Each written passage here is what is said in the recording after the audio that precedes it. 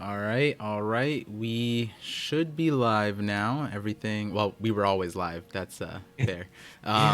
But as you guys can see, I got my guest IMD King. Gonna refer to him as Zach on the stream, but here I'll pull up the channel right now. If you guys don't know IMD King, then I don't know what you guys are doing because one thing I want to point out is like your voice is like so awesome to listen to. It makes everything so much like so hype, I and appreciate that. yeah, like it. I mean, in terms of I don't know if you know the story with me. Like I have not like I never knew about like One Piece YouTube like Hmm. period until like last year, and as I made my channel, I started to get meet people. And like Hmm. there was like certain notes I made about certain creators. I was like, you and Ragnar are up there with like the same level of Whoa, voice. I was just dang! like, I think he's in another stratosphere with that one. But I appreciate that. I'm always kind of surprised to hear that because I do get that a little bit from time to time. But I never think like I have like a deep voice or anything. But it's I just guess it just fits, right? I guess yeah, it maybe it's the works. microphone. It works. So I mean, even in person. Actually, what's funny is you're the first. I think you're the first content creator that I actually met in person before we sat Before we down. actually spoke, right? Yeah. Yeah, that's so interesting. So if you guys don't know, I met Zach at Comic Con earlier last month for well, like we went to Comic Con, but it was also the film Red stuff. I see IMD Queen in the chat. Hi, how you doing? We were talking about you earlier a little bit. Also, I forget if I shouted out before, but yo sneakers that you wear to Comic Con that she Yes. painted, those are dope. Those Elite. are dope. Do you have Elite. those to like show the chat real Yeah, quick? it's in the other room. Oh, okay. If she's watching the stream, she could bring it over, and then All right. I All can right. show my stream. So, Yeah. Um. So I just want to give everyone an example of the voice I'm talking about because if you guys didn't catch his stream, I think it was earlier this month. yeah, the last break week, I think. Yeah, last break week, Zach did a theory like review slash like reaction stream. I think it was like inspired because you heard me say stronger as a horse, and so you're like, you know what? Let me Yeah, watch some theories right now. Um, and so I'm gonna pull up this video, but I think that yeah. you have the shoes I right still now. got the shoes. Yes, these Yo, are these are the ones she drew for my yo, birthday. We got the Zoro on one, look at that, guys. So Zoro on one of these right in here, and then the other one is Luffy. And there you go. and she made those, like she did the She did design, not the everything. shoes themselves, Yeah, but the not yeah. design. She customized it, which is like super Awesome. legit. It was me, you, and Hidden walking around at Comic Con, and then we Yeah. noticed your shoes, and we're like, "Where do we get them?" And you're like, "Sorry, bro, they're Nah, one of a exclusive." kind, man. One of a kind. Yeah, we were super jealous. We were like, "Damn, we need one of those." You, IMD Queen needs a store for that kind of stuff. Um, but yeah, let me give you guys an example of Zach's voice and how hard it hits. I was blown away on this when you like pulled out the villain music or whatever, or like the epic You gotta music. have it. I got that on deck, man. So just to give you guys some context, this was again, like at the end of each theory, Zach would put up a poll says like if it was kind of stinky, if it was like good, if it was a solid theory, or if it was an absolute banger. And And Chad so was not playing around. They were dropping some stinkers for some people. All right, I felt kind of bad because like I like everybody. You know what I'm yeah, saying? yeah. I got so scared. I was like, oh no, because you said you were gonna watch one of my things. I was like, oh no, his chat's so critical. They're gonna roast the Roxas. I mean, you coined the Rocks is a horse thing. I just had Rocks is a horse, or Rocks is stronger, but I liked yours. Um, and so surprisingly, so you watched the Vanderdecken as a mushroom one, and then they Yes. voted absolute banger, and then you were like, let's do another one, and then that one got like nearly, I think it started 70%, ended like 60% or something like that, which was Hmm. Yeah. wild considering like all the feedback that was given prior like to other theories. I We was had like, some good theories run through with Hidden and Dak Sake. That was the only two bangers in the stream until we saw Kev's at the end too. right, right. Yeah. But yeah, I think this chat should be able to hear it. Let me just check the sound. Yeah, there we go.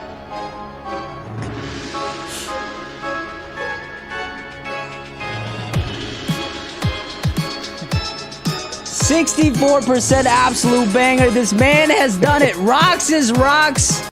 It's a horse. He said, let me connect you to my vision, the ParVision. So well. And my God, did it hit.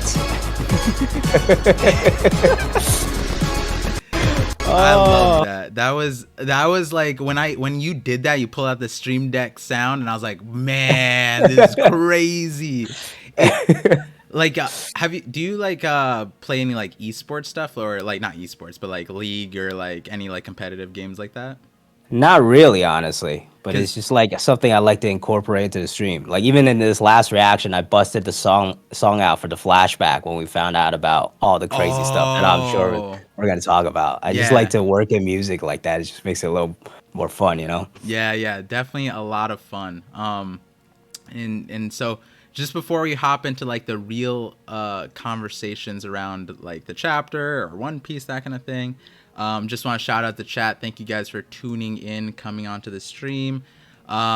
Just for some things, so mods, let people know like if the super chats come in, if it's like not connected to the conversation we're having at the moment, we read all the super chats at the end. If time permits it, me and Zach will both read through as many as we can at the end of the stream. And at the end of the stream, we'll also have like we'll be reading the chat, like every single chat, or not every single chat, but like, trying to have a conversation with the chat.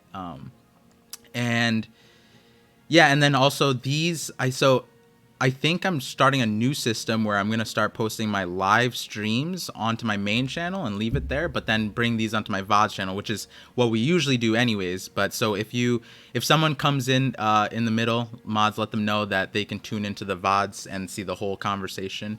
But yeah, so and I always like making the connection, segueing into a fun thing. But since this is probably your first stream seeing like one of my Sunday streams, right, Zach?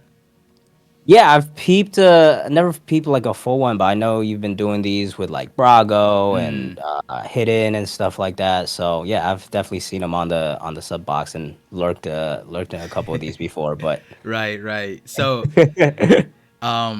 thematically, right, we were talking about your voice and how it's like this grand voice that kind of just like incepts your brain, and like you just get onto that wavelength, and that's like the inspiration for the name of the streams, the voice of all things, also obviously from One Piece. And it's kind of just within, we typically talk about theories and that kind of stuff, or in like not just theories, but sometimes I like choosing a topic that's not connected to the recent chapter and giving like a breath of fresh air, especially when like, after Thursday, once the chapter drops, it's just conversation after conversation about the latest chapter, where it's like, let's talk about something that, people aren't talking about. And so that's like another reason. But then recently, like you said, with like Brago or Roger's Base or whoever, Hidden, that One Piece talk, just hearing the voices of all of the community is another part, because like, I feel like the best way to make a theory or understand the story is not sticking to your own perspective. It's like, absolutely, hearing a bunch of other people's perspectives, because like, I might have an idea, but someone might bring up another idea that's equally valid, and I just don't have that perspective. So if you truly like want to understand the story, I feel like connecting to all the people who are the most passionate about the story is probably the best way, and that's what we're doing. Yeah, man, that's the way to do it. I think, especially when it comes to theories, it's very easy to just find something and be like, "Oh my God, this is the way," right? Right, right. Yeah. And so here's a question I ask a lot of people. So like on your channel, like I've been seeing your reactions more so than like all the videos, because like I'm usually not on my social media, but then when the chapter drops afterwards, I see all the reactions. But do you dabble in theories every once in a while, or you kind of theories? Like... Yeah, for me, like I think the way I like personally, I'm not really like a theory maker. That's definitely not what I identify with. Like it would really come down to like if there's a topic that I really deep dive into, and I find some little things, and then I'll kind of make a video around that. But at the core of like all my videos, I still think they're very much discussion based, and it's Mhm. even when I talk about a theory, it'll be like this is the one that I found. Like this is one way I thought it could be really cool, and why I think it might be the most likely. But here are like three other different ways why it might be possible. This one's not as likely and stuff like that. It's just like I like to keep it much more of like an open dialogue discussion as opposed to like really condensing it to one theory type of thing. Though I've made a couple of videos before, like Rouge being a 10th Titanic captain or something like that. Right, right. And yeah, I feel like, not everybody has to, dabble in theories, or that might be not, is not the way they particularly enjoy stories. But it's always Hmm. interesting because, like, when you make a community, my community is a theorist community, and Yeah. like sometimes I remember like when Jay is not a theory guy, he's more of like impactful moments, like those are the Yeah. chapters he really loves. So like when Hmm. Kuma, the Bonnie Kuma panel, amidst all like the Vegapunk hype of like lights and shadows and the other stuff, that wasn't the stuff that interested him. It was like the sentimental moments, and like Hmm. and I was just thinking, like, I remember back during that time, people were like, what, how do you, why don't you like these chapters? And I was like, wait, he doesn't have to like these chapters, like it's perfectly Yeah. fine. um and I feel like with you, um it like it's interesting because I met you first in person, so I feel Hmm. like I get a little bit of a different grasp than what might be on the channel. But from Hmm. my standpoint, it's so crazy to see like how you approach like a situation. It's like you always step back and look like at the macro picture. And so like I do. Yeah. yeah, and when you make like a, like when you were doing like the theory stuff, like the Hmm. reviewing it, I could almost see the gears turning in your brain, like, does this fit in the grand story, or is this like a theory that's like in its own lane, and like it Hmm. has to have like a lot of things to make it work. And that, funny enough, that was what you said about the rocks is a stronger one. You were like, at the end of it, you were like, I honestly don't think like I can break the theory. It kind of just works on its, as absurd as it is, it kind of just works. And I was just interested. Is One Piece like your favorite story, or do you have this like same perspective with other things? Because I feel like with One. your macro perspective, it's hard to find a story that like appeals to that. Hmm. One Piece is such a unique story because it's just so big, right? And it's Mm-hmm. just like it's kind of just in its own category because there's nothing else that could compare to it. Like it has, obviously, it's gonna have lows. It's gonna have moments that you don't enjoy because it's such a big story. But at the same time, like you also have to appreciate what it's been able to do with such a large story. And like pre-time skip, like I pretty much enjoyed the entirety of it, and it has like Marine Ford Warrior 7 Innies Lobby. Those are still one of my some of my favorite stories in general out of anything. So One Piece is always going to be in that top elite tier for me. But like as like a complete story, I think you just have a better chance to like execute something like that with a more condensed story. So like Mm-hmm. some of my like other favorite like manga or anime would be Slam Dunk. Is Mm. probably Slam Dunk might be my number one Oh because it's wow. just like from beginning to end, the story works. Yeah. It, as a basketball fan, so that's kind of bias coming in there. And then the comedy in that, I still think is one of the most underrated aspects of Slam Dunk because it's like genuinely so funny. So like Slam Dunk with what it was able to do in just I think about like 100 something volumes, or Slam Dunk is not 100 like volumes, no, or like nine. 30, yeah, It's like or 1997, right? Like yeah, around that it's time. been, yeah, like it came out like 98, and it was like 100 and something chapters, like 100 and like I want to say like 60 something chapters, Mm-hmm. and it was just able to perfectly execute his story in that way, and like it just works like that, right? And you can't say that about One Piece because like sometimes there's just gonna be low, sometimes the pacing's gonna be slow, sometimes Right. circumstances change. It's been 25 years, like Right. there's gonna Right. be some inconsistencies, but still, given what it's been able to achieve in its own way, it has to be in that top tier for me. Right. Right. I think Raph says Slam Dunk is about 31 volumes. Yeah, yeah, that's the number I was looking for. Right. And Yeah. the crazy thing is, like, it's 31 volumes. I think to this day, still top 10 most sold manga of all time. Oh wow, really? like over Bleach. I think I'm pretty sure it's outsold Bleach. Why?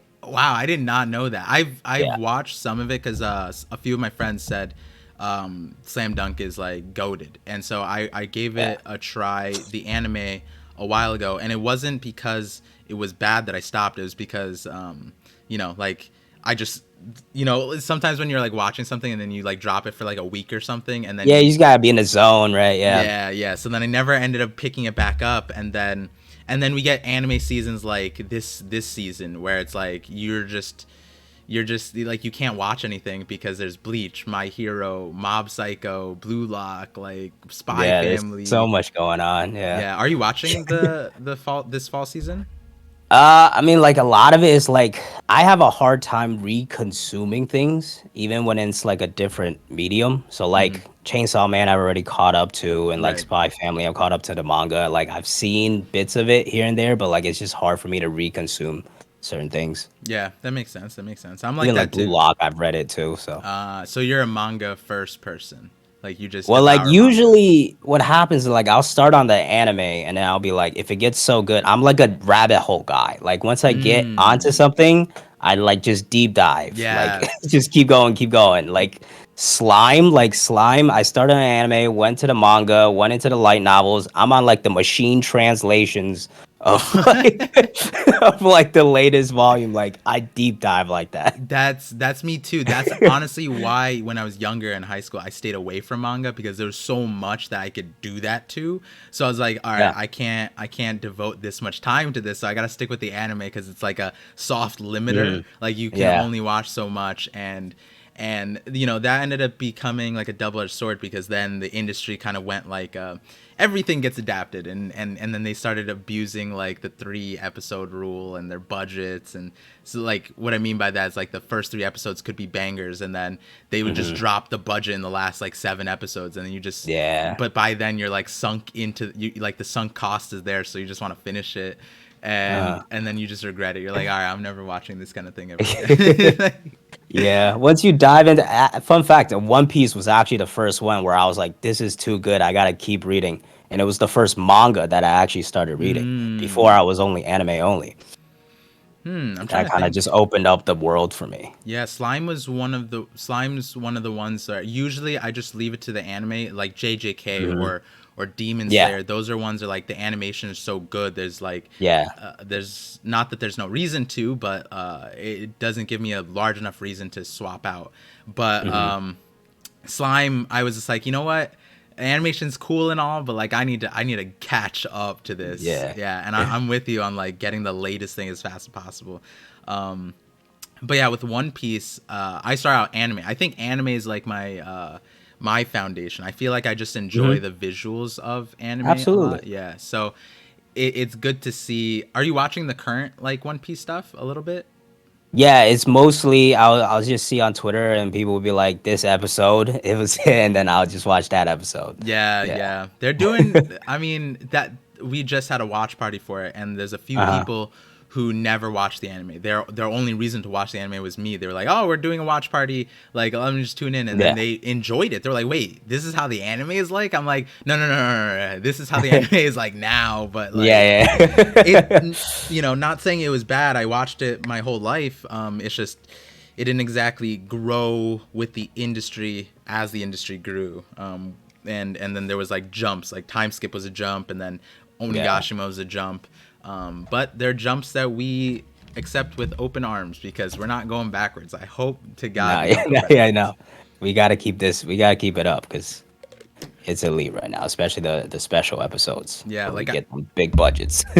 yeah, it's gonna be exciting. But yeah, so like a lot of these intro questions are to like kind of get a grasp of your perspective on One Piece, and like I feel like again because I met you in person, I have a different idea here. But I wanted to ask you a question that would help us understand you a little bit better. If you were, this is like a two-part question. If Hmm. you were in the One Piece world, what faction would you be a part of? The pirates, revs, marines? Would you be like on an island, like or like a king, like that kind of thing? Where Mm. would you find yourself? Like, here's the thing. Like, if you want me to pick a specific faction, I think it has to be pirates. Okay. It's just like freedom to do whatever you want, and just like out with your friends, and that's the type of like I don't feel like this type of justice either way of becoming a marine to try to become a hero or like part of revolutionaries to take down a big bad. I just kind of just want to go on my own venture. But like realistically, if I don't have to pick a faction, I'm going to retire in like Water 7 or something. Like, like I'm playing it safe. Like I think I nailed who you'd be. Okay. Oh, this is crazy. This is great. I don't know which way to ask this next part. If you were to choose a character in One Piece, who would you say you would be like? Not necessarily like you could relate to like Sanji or their backstories, but like in terms of current stuff, like which character do you think you'd be? Because I think based on what you just said, I nailed it. he like right now. Or not like right now, but like not like related, but like how would you function in the One Piece world? How Which I character? would function? Yeah. Probably Rayleigh. Like I would. Yes, I knew it. I knew it. I'm chilling with Shaki, and Yes. I'm chilling. Yeah. That's it. Okay, okay. Let me tell you my logic, and this is purely just off of meeting you at Comic-Con.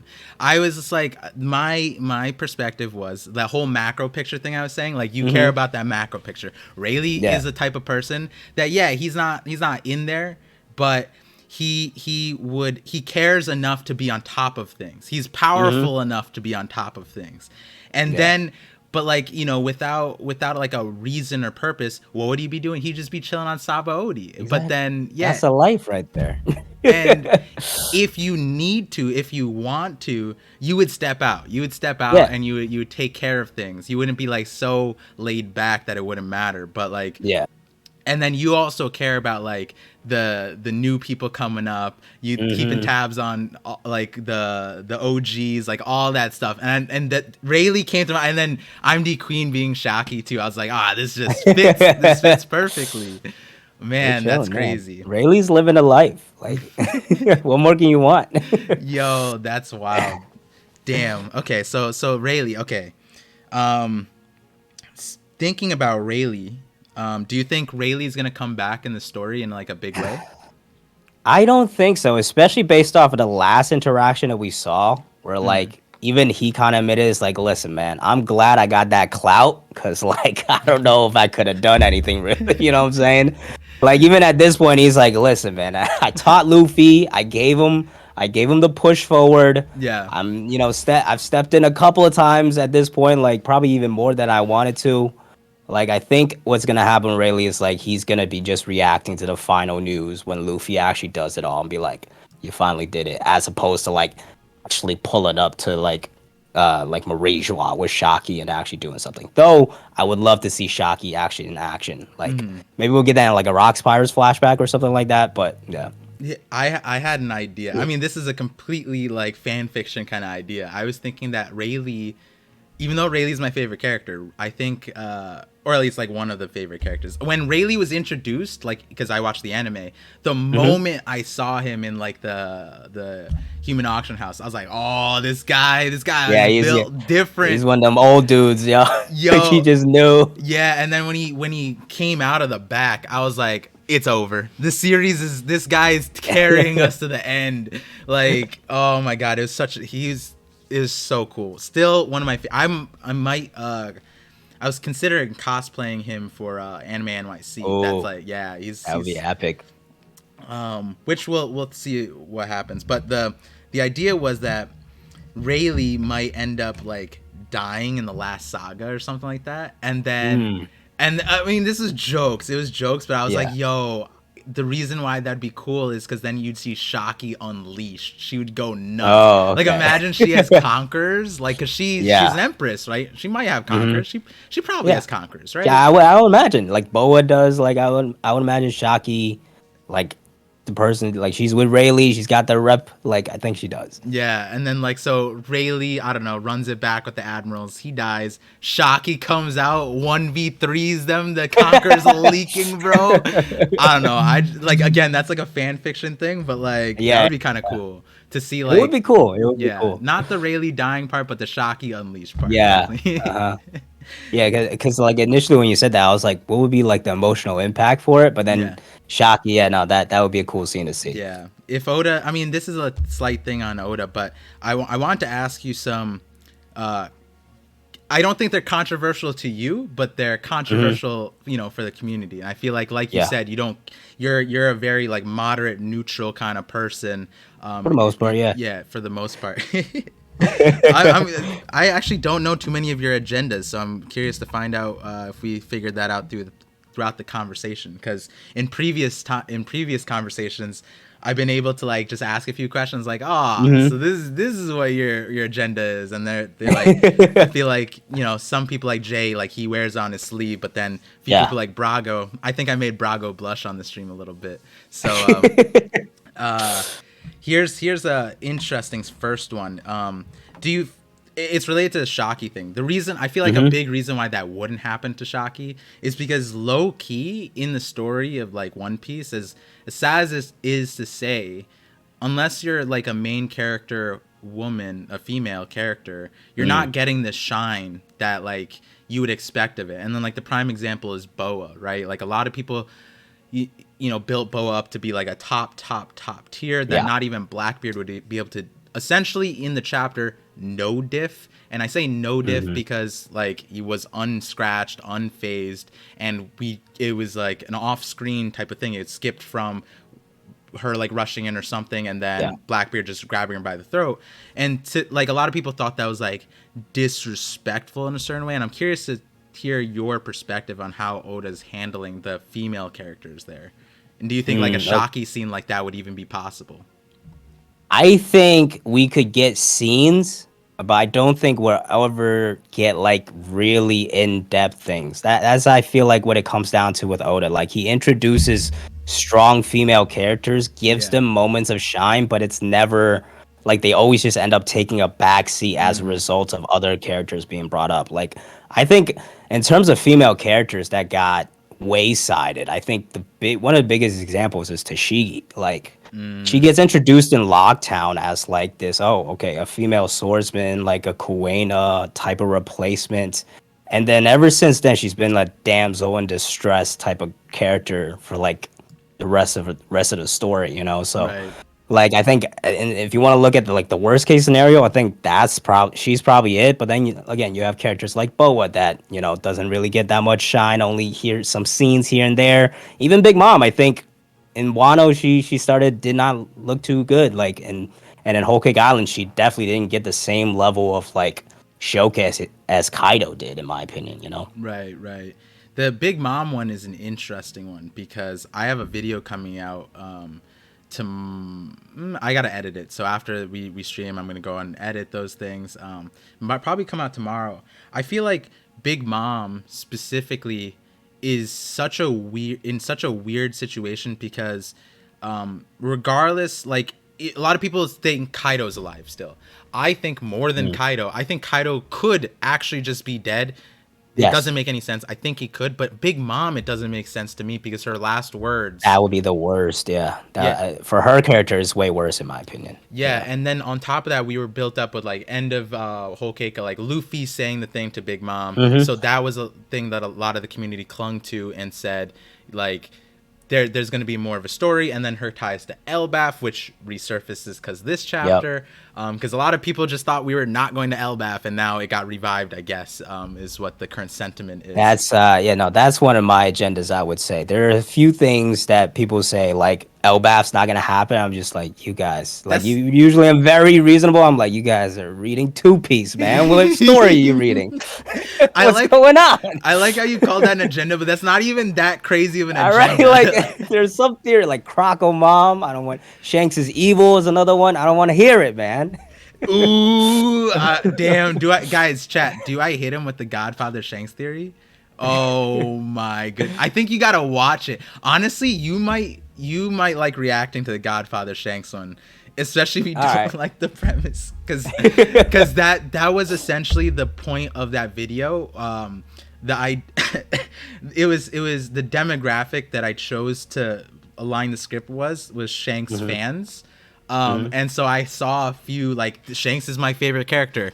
I'm gonna react to this video on stream, and then like the dialogue of what I say in it matches exactly what's happening to them, and they're like some of them like I can't keep watching this, but then they keep watching and like God damn it, like I like King of Lightning was he brought me on stream. We were supposed to talk like 2 hours about power systems, elemental hockey, that kind of thing. And then we streamed for 4 hours because 2 hours of it was him like trying to dismantle the Godfather Shanks theory, and I just kept hitting him with more details, and he was just like, why is this guy not stopping? How is he continuing to have points to respond with? Oh man, I don't know if I'm ready for that, man. I need to see this. You've broken my brain twice now. If you break my brain on one of my biggest disbeliefs, I don't know how I'm gonna handle it. I'm gonna just say, Kozuki Tonio says, I love that Shanks theory. Raul said Godfather Shanks. That's a favorite, and it's really, really funny because we watched film Red together. We didn't sit next to each other, but Jay was sitting next to me, and in the middle of it, he was just like, Godfather Shanks? I was like, hey. And the best part was he didn't even watch the theory yet. He watched parts of it, but he didn't watch the full part of it. And so then I was just like, you got to finish that video now. And he's like, God damn it. So even, there's like elements in film Red that kind of lined up with it. So it is. And the recent SBS relating to the Kid Pirates, like the background. I got the premise of what I talked about is still plausible, but the overall sentiment is what was said in the SBS. And I was just like, whoa, that's kind of crazy that like 3 months later, Otis just like randomly dropped it in the SBS for no reason. Yeah, because in that video, I was saying it would make sense for us to get, it was like this theory I made like in January, December, but I didn't make the video until chapter 1053 because once we saw Shanks like the first time in the thing, I was like, all right, hold on, I didn't think we would get Shanks like this. Let me make this theory ASAP. Get this out. Yeah, and then I forget what I was saying, but when I made that theory, I forget what I was saying with the Shanks stuff, but anyways, in terms of things that are like controversial within the story right now, the Elbaf one, I want to circle back to that one because that is like an agenda, which is really, really funny that you called it an agenda because it's like, I don't think it shouldn't be. It really shouldn't be. But it's just an unbelievably big group of people that thought Elbaf really wasn't gonna happen. Yeah. With that, I've gotten people in my chats too, and I was just like, wait, guys, hold on. Wano sure was important, but Elbaf was like foreshadowed before Wano. Exactly. So like literally right as soon as we got into the Grand Line, we found out about it, and it keeps getting brought back up too. Even before Egghead. So with that, like in the recent chapter, I think let's start on this part. I was surprised by this. Like Brago came in and he made me realize this, but basically I should just always expect for there'd always be a group of people that are mad for no matter what. And Saul coming back into the story, how did that rub? Like, was that another Pell moment for you, or was that like a good return for Saul? For me, it was not a Pell moment, and I'm one of the biggest critics of the fake deaths. Like in Wano, to this day, Kiku and Kinemon should be dead. And like I think fake deaths is a big problem in One Piece. But for me, Saul, he at least comes back and he's serving a purpose, right? I think one of the biggest critiques with a lot of the characters that come back, Pell, he's come back and he's just stood by as a bodyguard and he's done nothing. Pagaya survived and for a gag and then didn't do anything. Pound came back. Yeah, go ahead. No, just to add to doing nothing. I mean, look what happened to Vivi. Like, so much for the bodyguard, bro. Exactly. I like better literally see, useless. Like in the newspaper. Oh, by the way, Pell also died again. Like. Exactly. So like like Kinemon coming back, Kiku coming back, and like we didn't get a Tsuru moment. Kiku didn't react to Izo. So like those type of deaths I have issues with. Jaguar D saw like coming back. Not only is he now going to be relevant in Elbath, but the moment we got of Robin in this chapter, which my chat let me know, I believe they said you cried while reacting to the chapter, right? Oh yeah. It Yeah. was the Robin's face specifically Hmm. that hit me, bro. Like Yeah, no, I felt emotional too for that moment. I, And like that, like instantly we got something out of it, right? Like yeah. it was impactful and it was meaningful. So it doesn't fit in under the same category for me. I can understand people will be like, oh, fake deaths, blah blah blah, but like I think this one makes sense and it serves for a greater purpose in the story. If I had any issue with the flashback, I would just, and it's not really an issue, but I would say like it does the world government and the Marines continue to just look more stupid to me, where they just Yeah. let the books there. We had this whole flashback of Kaido was like, we can't let the citizens go. We gotta kill everybody. This whole lake of books they just left. Dr. Vegapunk just okay. Let's Buster call O'Hara and let everybody travel there for fun. Like, Yeah. I, and that was like a thing that so I had a theory prior. I never posted this one, but one you met Mosh. It was me and Mosh who yeah. talked about this, about like the ideas of O'Hara surviving. When the man with marked flames came up, like I Hmm. created an Excel sheet like of all the options. We talked about them, and Saul was there. I wasn't a huge person, even though I had this idea that these people could be alive. I didn't even Hmm. think that Saul would be that guy. But Mosh was on a different train, bro. Saul was the only option. The moment that chapter dropped, I was like, bro, Damn. really? And he's like, yo, the thing is true. And I'm like, now when the chapter came out, I'm like, damn, Mosh really You had got it. the thing, because like we both thought about it, but I wasn't so committed to it, obviously, until now. And the other reason is because I have a separate theory that it hinges on. I'll make a video on that about Aokiji's power. But but the books, I was like, like Really, guys? because in our version of the theory, we Uh-huh. thought that Aokiji froze over the lake so that it would protect it from the fire. And so when it came back in the That would have been story, so much better. Like, that yeah, would be so when so it much better. comes back into the story, we thought that would be revealed along with Uh-huh. this entire story. But again, like you said, that wasn't the case in this thing. It's just we're just led to believe the Marines are illiterate, dumb, and like Yeah, have they just no left it. like. Like, not only left the books, the fact that they just let Vegapunk roam around and Dragon, they just let these guys go over there. Like, Yeah, oh like man. I mean, like Akainu, for example. Yeah. He literally decimated an entire ship, said no survivors. But you're Yeah. telling me he didn't just like walk the Yeah. island and be like, hey, let's destroy some of these. You know what I mean? Like not even Exactly. Akainu. Like, is he that much of a meathead? He's just like, yeah, books don't matter. Like, I just don't like. We never got that vibe from him. You know? Yeah, yeah. And then there was like a few things that I feel like Robin's character side, we'll talk about in a second. I feel like there's a few things within the story, like the Aokiji, that could still be revealed, that from Aokiji's perspective, like, oh, this book survived because I True. froze it over. Like, that's a small detail that could be added, and people on a reaction are valid in thinking, like, oh, I didn't like this, I didn't like that. Fair, right?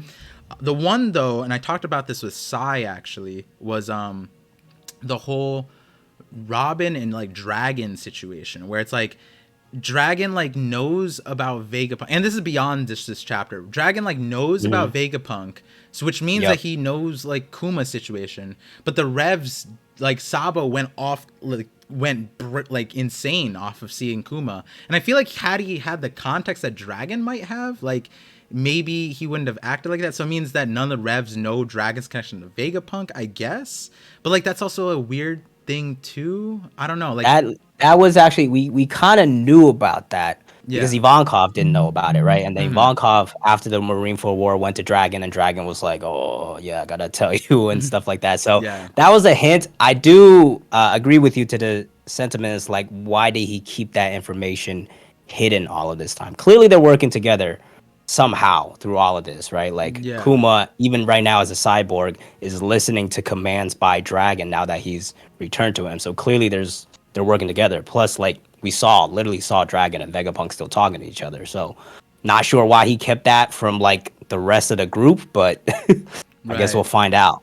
Yeah, yeah, and that's like the thing. It was like I think specifically it ties to like Robin's character, where Robin's tied to Dragon from the time skip, and this is one of those things that I think like that feels like a like slight retcon type of vibe thing, where it's like the Sabo situation with Robin, where she just didn't tell Luffy about Sabo being alive, and it's because Sabo said it on Dressrosa or in the past or whatever, and it's like one of those big things that I feel like, sure, I guess we're just gonna hide this detail, but then we add on like the Vegapunk aspect and all the stuff the Dragon knows, where it's like it feels like Robin should know much more than what we get from her.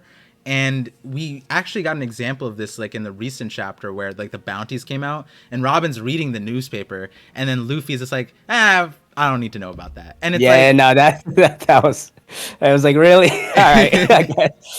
Yeah, it's like, you know, a few times here and there, like the Sabo thing. Sure. Okay, fine. Whatever, yeah. And then we add the newspaper. Like, no, I want to know what happened in the newspaper. How are we just going to breeze by? Sure, Luffy doesn't care, but like Nami maybe? I don't know. Can we just create some interest? Robin read about like the rest of the events was like about like Boa and Kobe and stuff. Like that was relevant to like, shouldn't she know like, hey, these are your friends. I'm gonna tell you anyways. Yeah. Yeah, that was, and because she met Kobe, like they know about Kobe on from Water 7. So it's like that it can get frustrating at times, and I understand that frustration. I hope it gets fleshed out more. There was a few lines that I'm not like particularly remembering, but like, yeah, it's like there was like a few lines with like Robin and Vegapunk specifically that kind of just got breezed over because of the emotions of it, and you know, going to the crying moment. It was like I don't know, it feels weird to say, but like the way Oda drew her like mouth specifically, it looked like she was like, fighting back the tears. And like it was a good progression. It was a really good progression of her emotions. Yeah, and like seeing that was like it just hit me, bro. I was just like, damn, like I've been there, like fighting back tears, like and then I think the one thing, like I covered my camera. I was like, oh no, like if tears come out like this, I am doing this right now. But the one thing that would have set me off, would push me over the ledge, would be if they pulled out Saul's laugh. If Robin said like she just like in remembrance of Saul just started laughing, she, I would have broken. No, because that laugh, I still remember it from the anime when she like when Saul's dead and she's just trying to cope with that laugh. Yeah, iconic. Yeah, that and then even in that chapter, that was like such a because as she left the island, she was like coping with that laugh. Exactly, and like you that just was hear it. It was her really well first done. like laugh essentially in the story was that, because she was just like she was copying Saul. Oh, that's so cute. Like as a kid, and then it would be, you know, that would have set me off for sure. But like that's not to say that the chapter wasn't great. Like it, like a lot of times, it was great. Yeah, a lot of times I feel like people can always think of how things can be done better, but that doesn't necessarily mean that the things that were done were bad. We just got to look at what was focused on, and clearly like the relationships that like Vegapunk had with Dragon, that was like a focal point. Vegapunk with the world government, that was another focal point, because that was like a thing that I brought up in a past video, was like Vegapunk being as smart as he is, and my perspective and also One Piece's perspective is that like if you study the past, you learn about the future. If you study the future, or you think about the future, you end up unironically thinking about the past. And so like, you know, the way world government handled Ohara, they were like, oh, you can't learn about the past, that's deadly. And I always thought it was weird, because like Vegapunk was always built to be this super smart character that you know, regardless of what they're studying, they would probably be able to figure out the Void Century, and we see that in this chapter.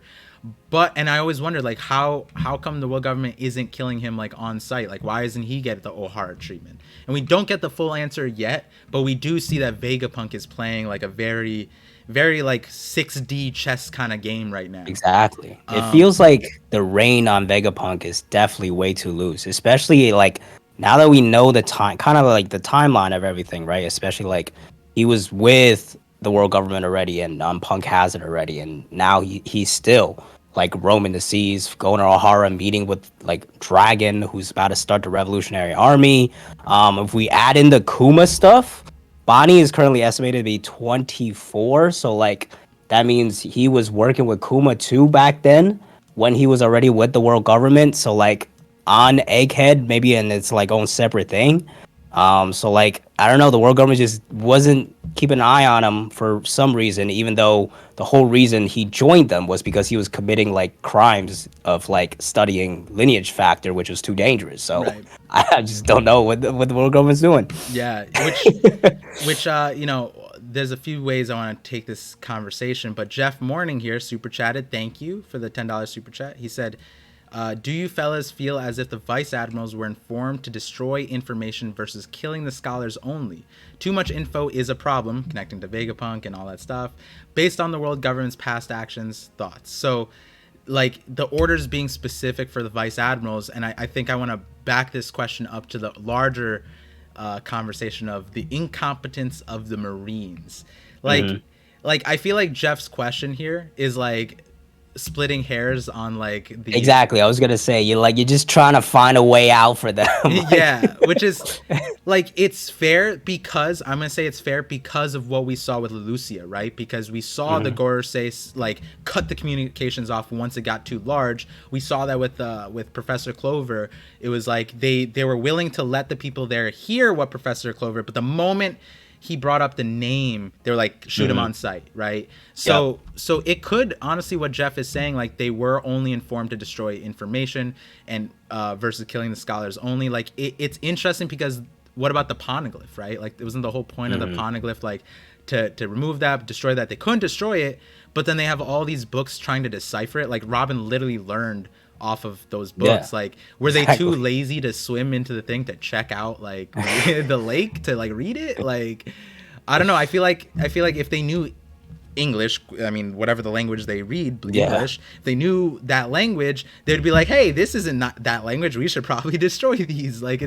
it's so goofy with all of that. And to raise the question a little bit more, how do you feel about this? Is one of my biggest gripes is the world government's handling of Vegapunk. Does it make sense to you? Not really right now, especially as we find out more about this timeline. It just doesn't seem like they have any control over him, especially early on. Like, especially with this flashback. And like, even when we found out about the dragon stuff, I had already started to put together the timeline of like, wait, hold on. Like, Vegapunk was with the world government for like 30 plus years. That means like Kuma was working with Vegapunk while Vegapunk was already with the world government, right? Yeah. So like clearly they didn't have that under handle, and now we're just seeing in the flashback he's kind of just roaming around doing his own thing. They're not really keeping an eye on him. See what like he's literally pulling up to O'Hara, which like I guess once they bust their call, they just like our job is done. Like it doesn't matter anymore. So like I don't know. I think. I don't know if this is Oda's intention is to just like pass like from towards the end of Wano until now. It just feels like the world government just they don't do everything full stop, and like they're like cutting corners, which is like getting them into trouble. But that's what is coming across right now with Vegapunk, with Luffy's Devil Fruits, with O'Hara and what happened to them. Is just I don't know. Maybe they just are so trusting that they could just blast islands at the end of the day and get done with it that way. Yeah, like I again, like I want to defend perspectives. Like and the reason why I want to defend the Marines, I'm not a Marine, Admiral Agenda Marine thing. I don't even care too much about that, but I defend them because if they're not great, then the last saga is going to be ass, right? Like, so we kind of they're going to get their time to shine. They're going to get their time to shine. Yeah. But like, and I want to Terabyte sent 2 super chats and primarily highlighting Vegapunk's potential here. He says, what if Vegapunk's brain is the eternal flame via UI? And then he also super chatted. He said his brain uploaded to a computer and runs Egghead. And I just want to like point out, like, this is like, do you understand what you're saying, Terabyte? Or I read that wrong. Terrible. Terrible. Yeah. Terrible. Sorry, I'm bad with pronunciations, but also the dyslexia made me read Terabyte. But I'm saying, like, not that your idea is crazy. I'm saying, like, Vegapunk sounds like he's from a different anime. He sounds like he's from, like, he was, like, I was joking about this before this chapter. I said, like, Vegapunk's an isekai character, like, actually. And, like, Vegapunk's brain is the eternal flame. That, it could be something like that, right? Like I feel like willpower and souls could be flame. Maybe he accessed that. And the reason why I say like that's so crazy is like then we turn our heads to the Marines. We turn our heads to the Marines and they're just like these it's like a, you know, like if you make an analogy, it's like an owner of like a Chihuahua, and like Vegapunk is like the world government thinks Vegapunk is the Chihuahua, when in reality Vegapunk is the owner and the Marines are the Chihuahuas. You know what I mean? Because like Yeah. he has the Seraphims, he replaced their warlords with his tech, and we've seen Exactly. multiple times now. It's just, You're hey, not gonna stop it. outsmart this man.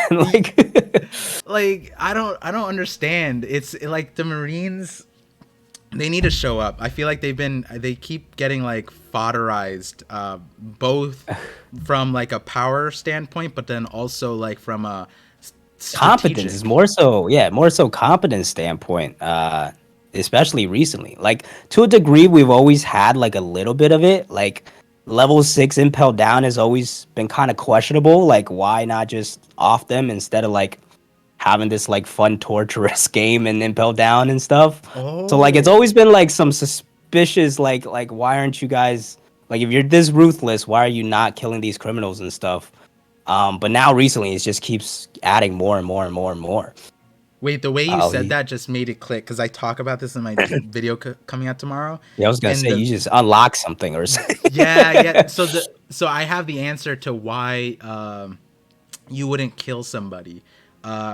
It essentially it's like it goes back to what Whitebeard kind of said. He said like even if you kill somebody, their will continue on. The way you have to kill the will is not by killing the Mm, person, it's by killing the will by, within that person. by breaking them down. Okay, that makes sense. Yeah, yeah. And so Plus their devil fruits would probably spawn some of them, and yep. and so with, oh man, okay, I have to add like a minute to that, or minute or two to this video now. Ooh, this is great. That might actually be like towards the end. Ooh, I like it. um Before we hop back in the conversation, I just want to shout out Flying Panda for hopping into the stream. Yes, Welcome, sir. welcome. He said great stream, bros. Love to see you. And hopefully we can get a conversation going. I'm trying to get a bunch of creators onto the channel, because I like going back, just a sentimental thing. Another question to you, another reason why I cried. So this is, I'm not okay, this is gonna paint me out to be like this person who cries all the time. I really don't. Like fiction sometimes does, like Sanji's backstory, but like that relates to me and that kind of stuff. But the reason why I've been more sentimental in the last few chapters is because it really feels like the story's ending. And Yeah. Yeah. It's I, crazy that we actually got what we got in this last chapter, right? Isn't that crazy? it just like, I don't know about you, but like some of these chapters have been feeling like fan fiction in a good way, like the Jinbei Right, yeah. Seraphim, like we're getting things that we want, and then it's almost like we're getting too much of what we want. People it's like, you know, people have So been yo, asking, slow down. like how many years have people been like, I just want to know about the Void Century. Just show me a picture. Show me a picture. And now that we get it, it's like, whoa, slow it down. Like I didn't know we were gonna hit with it, you know. Oh man. But like, how do you feel? Like you've been feeling that, but like, you know, when Oda Mhm. came out earlier this year and said 3 to 5 years after these chapters, I was like, you know what, that might not be crazy anymore. How do you feel about that? I don't know. Like, as long as Oda is able to flesh everything out, and I think as long as Oda goes at his own pace, I'm fully confident he's able to, deliver on this ending. But as far as sentimental wise, I'm right there with you. The fact that, like, I think from post Wano onwards, it's been just like we're Shanks, Greenball, and like we're actually seeing all of these characters in action. Blackbeard's starting to really get active. We're Mm-hmm. find out Vegapunk. We're starting to get some roots of the Revolutionary Army and Kuma's backstory and stuff like that. And this is just like the start of it. I'll be interested to see how this pacing continues Mm-hmm. for Egghead specifically, because there's not really like a big bad for Egghead, and it's gonna be a more like a ragtag thing. And even usually with these types of arcs, like a Punk Hazard, Oda Mm-hmm. still kind of drags it out with these additional characters to make it more fun and expansive and stuff like that. Egghead so far is moving at a pretty quick rate, and like maybe it just bang bang, and then like we could be out of here faster than we know it. Which I wouldn't really mind for a shorter arc like Egghead, where we Yeah. just get a lot of this information and lore and just this like fun little arc to move things forward to Elbaf. But when we get to like an arc like Elbaf or the Final War, that's where the pacing where I'll be really intrigued to see, is he still going at that fast pacing? Right. Because those are the times where you want that downtime to see Luffy and Shanks and Luffy and Blackbeard and all that kind of stuff. Yeah, no, like, and I think like a discrepancy in the Punk Hazard thing is like, if I always felt like as soon as we got into it, I was like, oh, this is Punk Hazard 2.0. So many of the things like being split up and just the thematics being thrown around. It just was, Punk Hazard was just a taste of Vegapunk. We call it a Caesar arc, but technically the things that were most hype were the things where Vegapunk were involved. And then here we get the full flesh Vegapunk part. But the difference with Punk Hazard was like, you really quickly understood like the end goal. Like, okay, there's like torture, there's this crazy scientist, they have to get off this island. Like there was a lot of crazy players, but it was kind of easy to put the puzzle together, right? But then with Egghead, the pacing, in my opinion, is like not sustainable. It is not sustainable to be going this fast. If Oda continues to go that's crazy to me. And he might, because like I said this like 2 or 3 chapters ago, I was just like, I thought that we were gonna start slowing down, and we like there was that one part where the mecha shark came in and we got like a whole thing with the mecha shark, and it was like maybe 6 pages. That's a way to slow it down without making it feel slow. But it doesn't seem like we're going to continue that. I don't know. Like, I don't see more of that. And in terms of the antagonist being set up, the reason why it feels weird is because the only end stage thing that we really got was CP0 saying that they come to kill Vegapunk. But the reason why that feels so weird is because, like, here's another thing, and I know Hidden Island's here, and I'm going to shout him out for another thing in a second, but he's been pushing, I also said Vegapunk would die. I like a year ago, Vegapunk needs to die. Even without knowing all the stuff that we knew now about Vegapunk just, again, isekai character, needs to die. Like, he's too crazy for this verse. And it's because of that where CP0 is rolling up on him with his own invention, the Seraphim, and it doesn't feel like they can do anything, right? Like, in Punk Hazard, it's like, yeah, Caesar the Logia, there's this crazy, like, gas thing. Like, oh, how are they going to be able to fight him without breathing air? Like, they're all swapped, like, all of these things. But with this arc, it's like, you could take CP0. Like, it's there. Yeah. Yeah, and you could take CP0 now, and you could take Vegapunk now, and you could remove the Straw Hats, and Vegapunk would solo, right? Like, Vegapunk would... he's just rewrite the program, and it's game over. Yeah, like, what do we... He could just bring everyone to the cloud, and then rain hell down, change the temperature. Like, who knows? He has anti-gravity Vega Force. Like, what is that? How are you supposed to fight that? Like, Lucci's not fighting a giant... Like...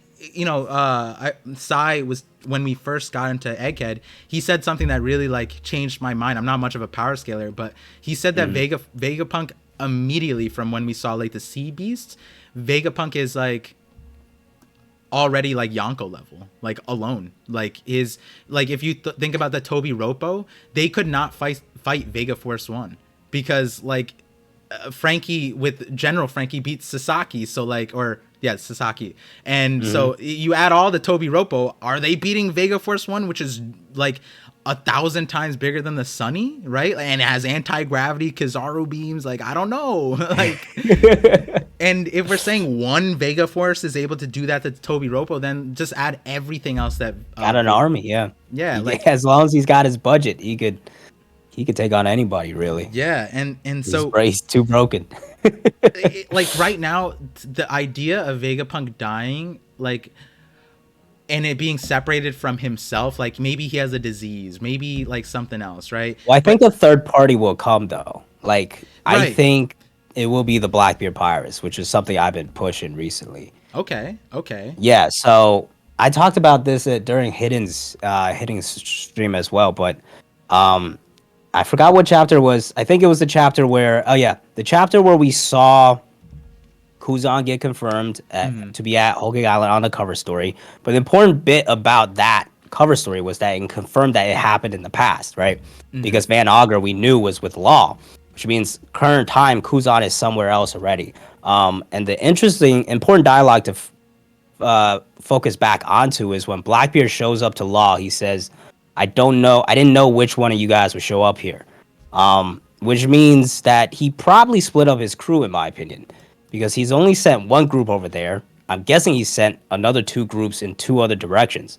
So I'm thinking like a group of the Blackbeard pirates is gonna arrive at Egghead, searching for the same mission of like trying to get the stuff out of the Straw Hats. And I think as especially as we progress more and more into this arc, Kuzan makes sense. Like he's now related to the stuff we're finding out about Jaguar D. Saul. We know that Sword's probably gonna get involved in this arc as well. We have Right. Rob Lucci and Robin, and like this is all Indies Lobby related. So Kuzan showing up here could kind of tie into that as well.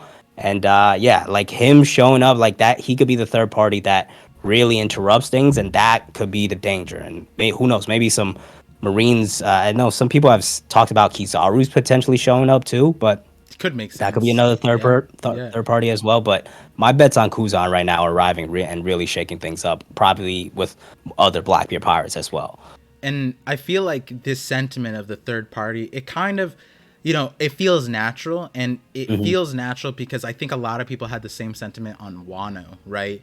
Where it's like Hmm. prior to the raid, people were like, how could Luffy possibly beat Kaido, right? Even until he died, it's Yeah, like, or it's the died, Grand Fleet, the Revolution, right? everybody. Yeah. And the reason why that's crazy is then that we're kind of putting Vegapunk on the same pedestal as Kaido in terms of it, like you can't resolve a Kaido situation with just these factors here, and regardless of what happened, I would say that getting Nika is the equivalent of a third party in the sense of like because Nika showed up, you didn't need the third party to Yeah. come in. It's Hmm. not Yeah. saying that Nika is a third party. I just like that But substituted like that's as the equation. Yeah. and then with Vegapunk, right? It's like with the current pieces we have, it's like there's no like actual conflict because the CP0 ain't doing anything, and there's no actual like tension because it's like we're just learning lore, and especially now that we know Vegapunk's connection to Dragon, his recognition of Luffy, it's like how do we spin that to like an evil thing? And where I want to pivot with that, and I see some chats and we'll super chats, and we'll circle back to that in a second. I see them. Is there is a possible thing with the whole Kuma stuff, but mainly Frankie, and that was another controversial point within this chapter specifically. That line, and actually, I want to check the officials for this one if they change that line. I think you know what I'm talking about, where Vegapunk and like was saying like, oh, everyone's like, if you know the history, you get killed instantly, and then Hmm. Frankie says, talk about a tale packed with romance and mystery in like an exciting way. But then Uh-huh. Nami, Usopp, and Sanji are all like disturbed, like perturbed by this information. Like, what? You could get assassinated, you could get killed. They're actually killing people, all this stuff like that. And then Frankie comes out with that line, and I don't think the Viz necessarily, it makes it less in your face than what the TCB scans had, but the Hmm. Viz translation still keeps that weird, awkward feeling where after Vegapunk says all that, is that truly your reaction? I'm curious to know what your take on that Frankie stuff is. So Frankie actually, I felt like Frankie's was actually pretty fitting because that's just Frankie low key. Like he likes this type of exciting stuff. Nami and Usopp obviously are gonna be freaked out. The one that was actually really weird for me was Sanji because I didn't expect him to be like kind of shook by like Mm. this type of action. You know, like him like being just as surprised as like Usopp and Nami. I think it's really his reaction that stands out more, and maybe that's why like him reacting in this way makes Frankie stands out because Frankie now is the only guy that's like not really afraid of this situation. Mm-hmm. So I feel like it was more so a little out of character in a way for Sanji because I would have probably Mm. expected Sanji to be like, oh okay, like this is gonna be a problematic, but like not to the point of like, hang on, wait a minute, wait, Yeah. Vegapunk and stuff like that, you know? Yeah, it's almost like that's one of those lines from Sanji. Now that you pointed out, it's like it feels like, does he know about the world government more than we do?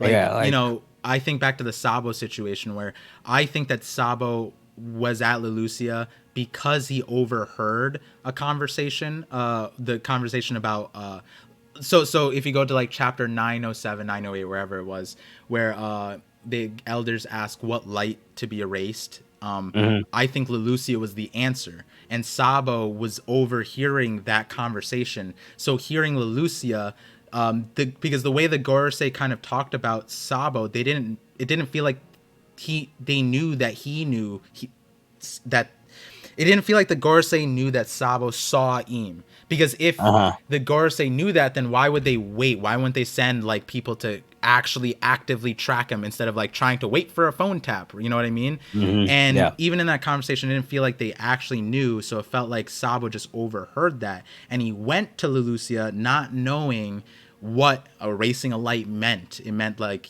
fighting the world government. Well, he already fought the world government. He fought them, so why would he be afraid to fight them a second time? But he didn't know that they had a giant laser beam that would like destroy an island. Literally destroy it. Yeah. And like with this, like maybe that's like Sanji's take too. Maybe he has like extra information that like related to Judge or something about the world government and what they're capable of. Because I don't know, like, yeah, they fought the world government, but not like to an extent that Vegapunk is talking about right here ever in the past, right? Like, yeah, they're pirates. They're facing the world government, but not like knowing the Void Century gets us deleted kind of information. That is a little bit different. But Sure. going back to the Frankie thing, I think a lot of people were kind of confused on that. Brago came on stream in the chat and was bringing that up. And I was thinking about this for the reason we were just talking about with that tension, because Vegapunk, seems like a great guy. Seems like he has best intentions. Seems like he's doing a lot of good things, but he's also doing a lot of crazy things. Like, for example, he might have, like, whether he killed Senior Pink or not, that opens up that plot line, right? Like, what happened here? And then the same thing with Kuma. And there are like soft tension points, but also whenever Frankie brings it up, it just gets breezed over. Like, have you noticed that in the chapters? Like, in this chapter, Frankie's just like, I think he goes like, my mind is blown right now. Something. Talks about like Kuma, why did Kuma help us and stuff like that. Yeah, right? and then Shaka just ignores him. And then in the previous chapter, he's like, wait, this is Senior Pink's power. Oh, what the heck? And then it doesn't get addressed. I'm like, are we just like, is Frankie just gonna fanboy until like they breeze it over? And do you think like those are points that are going to be explained and it's not going to be a tension point later on? Or do you think that like the Kuma stuff, like the Straw Hats will disagree, like, wait, that was a messed up thing to do or something like that? Like, how do you feel about that? Yeah, I think there's definitely a side to Vegapunk here that is that he is so ingrained into the science that he's willing to do these things, like not only with like possibly taking Senor Pink's fruit, but like we know he experimented on Kaido. We know he experimented on the Lunarians to make the Seraphims and stuff. So he's clearly done some pretty messed up things to make these experiments. I do wonder if he's gonna like explain his side of it. Was he doing it just to do it? Because we have seen sides of him where he's like, hey, we're not experimenting on children or anything like that. So like does it come down to certain experiments where he's like, I just got to figure this out, and I just got to do it. And I think that will definitely get pushback from Luffy. Yeah. And and Vegapunk right now does seem in like, I think ultimately he's definitely clearly good, like, because like even his evil persona is still just focused on science, give me the money, and it's not like I want to take over the world or something like that. But but Vegapunk also has this vibe of like this old man that is like, hey, you need money to survive in this world, and like that type of vibe that he gave off, especially in the flashback. So I think it's more so gonna be a small point of tension that Vegapunk and Luffy is gonna definitely disagree with, especially depending on what he did with Kuma when we find that story out, and I'm sure Bonnie's gonna have a point of contention there as well. But I don't think it's gonna be that critical because ultimately I think he's for the greater good in the end of just advancing technology and passing on the will and of Ohara and restoring the better world of the past, really. Yeah. And like in terms of the elements here, it's kind of weird to feel like what like there's so many options to create the conflict here, but like you said, Egghead could just be a quick arc with not Yeah, really it's like it's moving right now. yeah, like without any full like resolution of a giant problem. But at the same time, like there, I think a lot of people also feel like Randy Troy is in the chat. Shout out to Randy Troy. He's just like, he said, Kuzan showing up isn't a shakeup for me. Kizaru, on the other hand, definitely a shakeup. But he also added Kizaru, Sentamaru, and Smoker coming soon. And oh, Fujitora coming soon too. And you know, Oh like wow. Okay. the overall point here, I think, is just like, I think there is a potential for this to like this arc to just blow up. Like everybody For shows up sure. too. And which one are you leaning towards more? Do you think it's going to be a major like a year-long arc with a giant like anticipated fight, or do you think it's going to be a shorter one? I don't think it's going to be that long either way. I think there's definitely potential for it to get bigger in terms of characters. Yeah. But even then, I don't think it could Okay. be that expanded because, like, even the island itself right now is not very big, right? Like, True. it's not a whole lot of space to play around with. So I think even if more characters show up, we're just gonna have like a more jam-packed conflict, but it's still gonna be a pretty quick one because of just the setting and the environment we're in right now. Yeah. Yeah. Um, and you also brought up this thing too, how the relationship to like Annie's lobby kind of feeling too. Now there were like Robin's at the forefront of the story. Do you think Uchi's like on the way. Yep. and this is an idea that I had a few times. I feel like Vegapunk unintentionally, or after this chapter maybe intentionally, recreated the ancient weapons. With like the sea beasts are just like one step below the Poseidon with Sea Kings commanding that. I think the Aircon, I talk about this in a few of my videos. The Aircon is essentially Uranus. It would be like the mechanized version of that, just on a smaller scale, just one island. But we even saw Vegapunk was saying like, no, this could be worldwide, bro. Like, and like my take on that is like, if you have a worldwide global climate controller, that could go wrong pretty quickly. That could be disrupted. But the last one is Pluton. Now we left Wano with you know, kind of like a a blue ball moment with Pluton. But do you think we're gonna learn about Pluton here? Is it about time that we finally do? Man, I don't know. Is it? Is it? I have a hard time wrapping my head around this idea of Vegapunk like sincerely building ancient weapons.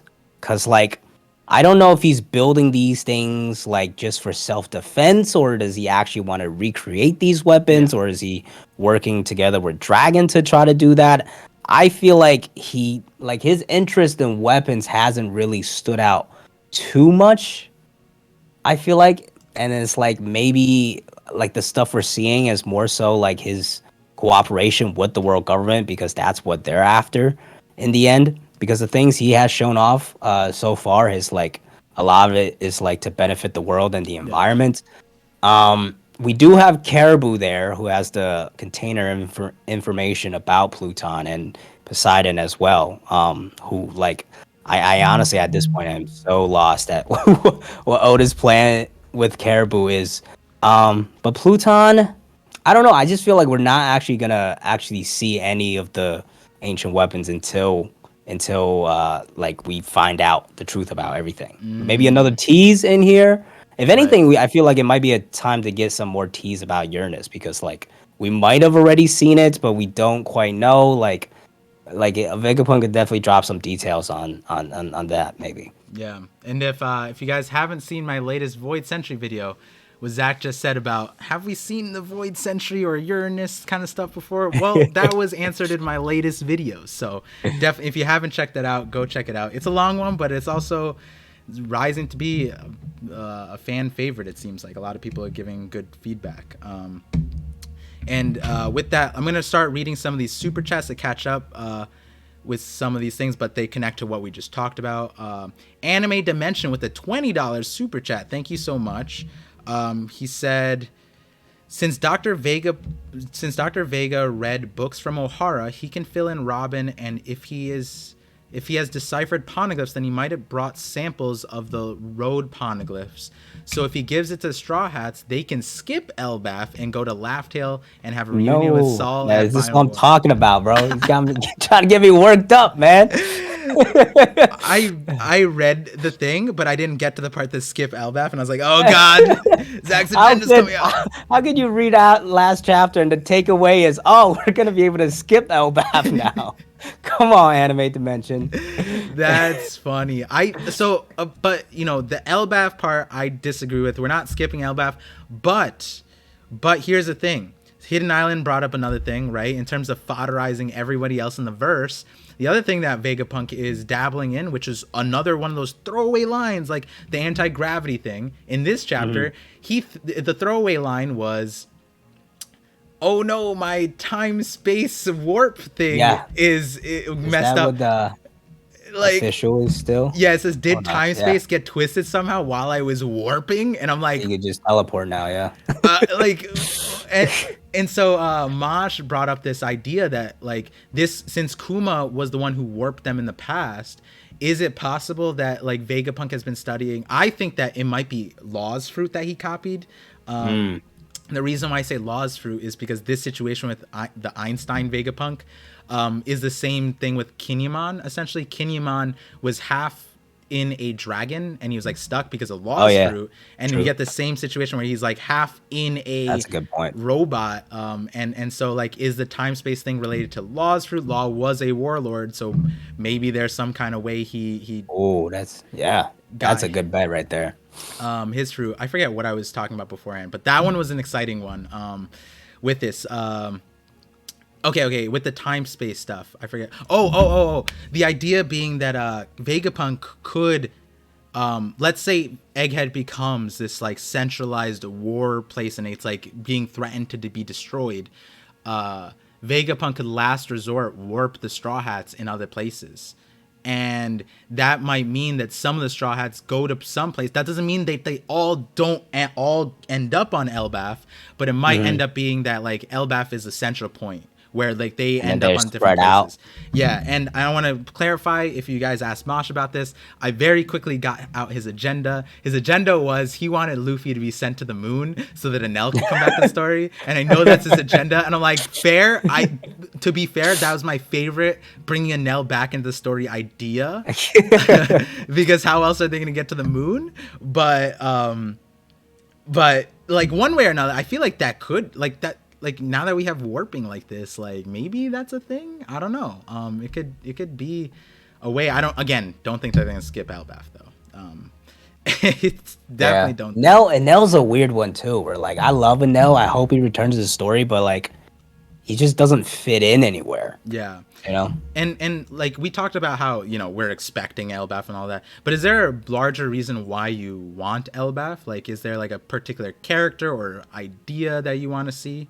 Yeah, it's Usopp. It's gotta. That's one of the biggest reasons, right? Like, Usopp, especially after Wano, where I felt like he was underdeveloped and underutilized a little bit. Elbaf, I think, is gonna be his time to really go through his arc, get more screen time.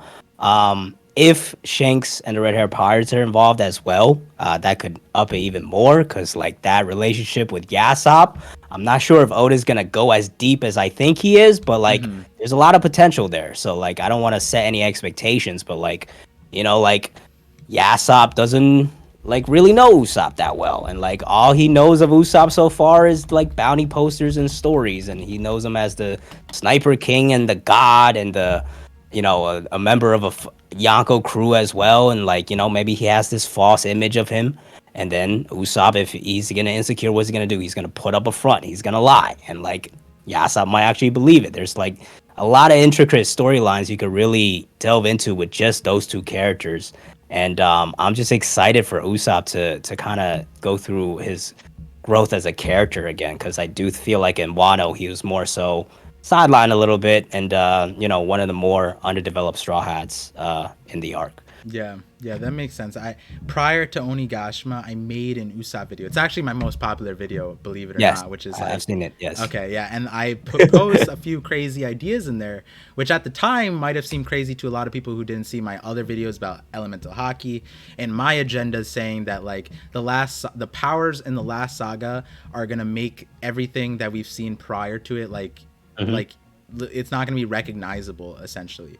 And Film Red came out, and we won't talk heavily about that. But once you see Film Red, if you haven't in the chat, maybe at the end of this stream, we'll talk a little bit about it, just so like there's a consolidated like spoilers thing. But it's been 2 weeks now, so I think it's like safer to talk about it. But we won't do Hmm. that just now. But overall point being, if you see Film Red, you'll understand what I mean about the things I talk about in that Usopp video. It makes a lot more sense, which is wild because I made that Usopp video without any of like Oda's like breadcrumbs to that. So Hmm. that's definitely an interesting thing. And Drew Mayer asks a question in the chat. He said, "Do you think there will be any cool parallels with Elbaf and Little Garden? I'm excited for some Usopp developments." Yeah, what do you think? Is there going to be anything like particular that comes up? Like we're going to see their dads or something like that, like Dory and Oh Brody? yeah, I'm sure we'll get a bunch of Easter eggs. But as far as like Little Garden goes, I think Little Garden, one of the biggest things for me is like Vivi was at Little Garden, and I think that's one of the biggest supporting Mm. pieces of evidence that Vivi, if she returns to the Straw Hats, it has to come during or before Elbaf because I she was never. with them. She knows, like she had that full experience with them, and like as of right now, where could she be? She's not with Sabo. Like that was a popular opinion. Like she went with Sabo and stuff Hmm. like that. And probably Don Sai with the Viva card. I don't know if Randy's still in chat. I know that he believes in that theory strongly as well. But like it might be around time that the Grand Fleet starts to get involved, especially Hadrudin. I'm sure he's gonna get involved in Elbaf, especially now we found out about Saul, and that was the new. I'm pretty sure like that was the new like pirate warrior pirates that helped him The new on. giant Oh pirates at yeah, the thing. Yeah, yeah. yeah, in the background. So like now they're relevant there. But yeah, I think VV would probably be the biggest thing I'm looking forward, really Ooh, keeping an eye out on that's a in good terms of one. Little Garden. Truthfully, within, I think this is like the case with a lot of content creators, but then communities. There's like certain focus things that you end up talking about, and LBAF is Hmm. one of those things that I don't often talk about. But I know Randy has the VV agenda, and Hmm. but the VV parallel, I didn't even think about that. Like when I know Randy has said VV on Elbaf, but that connection there of the she's on Little Garden, so Elbaf makes sense. And I'm like, wait, that kind of Yeah. just sold me a little bit. Like that was so easy.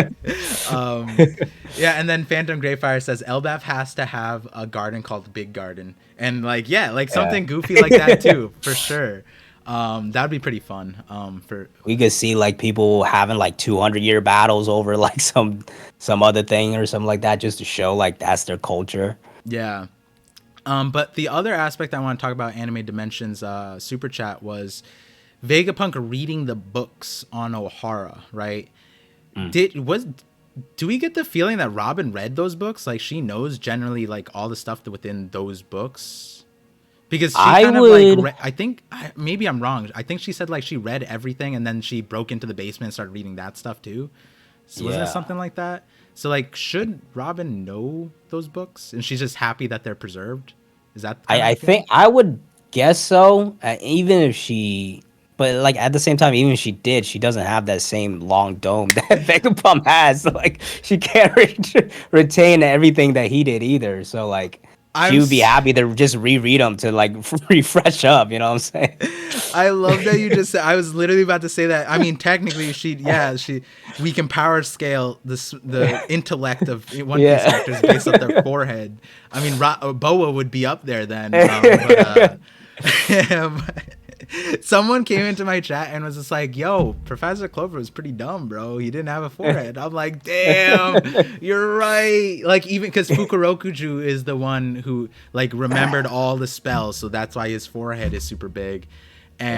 And so there is that precedent. It's kind of funny because it's like the like Fukurokuju's spells and then what he showed. It's like yeah, okay, that all that knowledge did nothing, bro. Like, Oh man. like he's supposed to be the Madara of One Piece, and then he's just like stuck with Raizo, bro. Like that's Yes. so funny. Just had a chicken contest the whole time. Oh my god, that was definitely a On goofy Clay's moment. a runner up. Oh yeah, I think he was the moment Vivi rejoins the crew, One Piece officially achieves all-time peak. I'm with it, man. I'm a VV stan.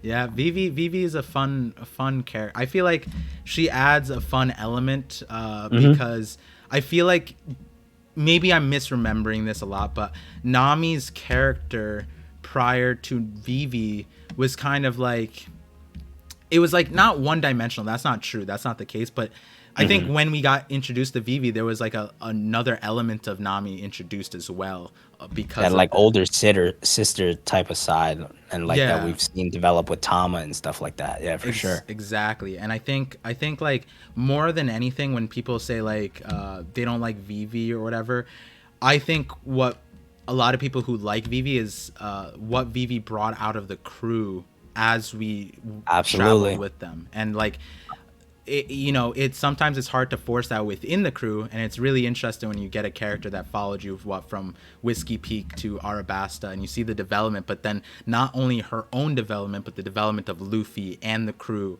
and like a lot of the speeches that were said during those times are still things like I hear the first few words or I hear the OST and I just remember Yeah. everything. Like there was a lot of big moments that came about that only could come of because of a character like her. And you can even go as far to say is that like Momo was supposed to be like a parallel to that, and then like Yamato leaving the thing becoming Nakama, it was like kind of Vivi split into two, but then you add like a power aspect. And whether or not you think like Wano ended in a rush, or like maybe I believe the anime is going to fully flesh out that chapter and make it like way more Yeah. like impactful. Yeah. But when you look at the end moment of Wano and you compare it to the end moment of Arabasta, it's like, bro, it Now clean like Vivi's clear. Vivi's yeah, clear. Like Momonosuke, I think is probably one of the most well developed people's that like characters that came out of Wano. But like it was really his journey that he went through. Vivi's journey with the Straw Hats was not only her journey, but like she impacted them. Like you said, one of the moments I always point out is when they arrive in Drum Island and like they want to cure Nami, and then Luffy's just like, I'm gonna kick all your asses. You gotta heal my friend. And then Vivi bows down and says, Luffy, you're a bad captain. You gotta learn there are times where you gotta, like restrain yourself and stuff like that. So like she had like a lot of moments where she helped the crew in her own way. And there's been no other character that acted in a similar role to her that has lived up to the same level of connection with the Straw Hats, which is why she is a Straw Hat. yeah. And I would go as far to say is like, yeah, Luffy said like he would accept Momo, Kinemon, Yamato on the crew, but they didn't. It wasn't like the Vivi moments, right? It was a little bit Yeah. different. Though Momo and Kinemon actually traveled on the ship, it still hits differently. I just It want was to just about Vivi being about versus Aokichi. yeah, I read that. I was like, what are we saying? I mean, I think the idea is more like a lot. Like the Blackbeard Pirates matchups. Is that what's going on? Yeah. Also, like I think a lot of people are like, so Vivi joins. What does she do? Is she gonna fight? Blah blah Yeah. blah, like that kind of thing. And theories aside, I feel like Vivi's character was never meant to be that kind of role in the Combatant, yeah. first place. Where like Yeah. we see in a few arcs, there's always a diplomatic character, right? Like Nami in the Jinbei moment, that was like a point of like political tension. And then in Dressrosa, I think like Usopp Robin with the Dentadas and all that stuff. Vivi is the type of character to talk no jutsu anybody, right? Like she has that Yeah. kind of She's made for that.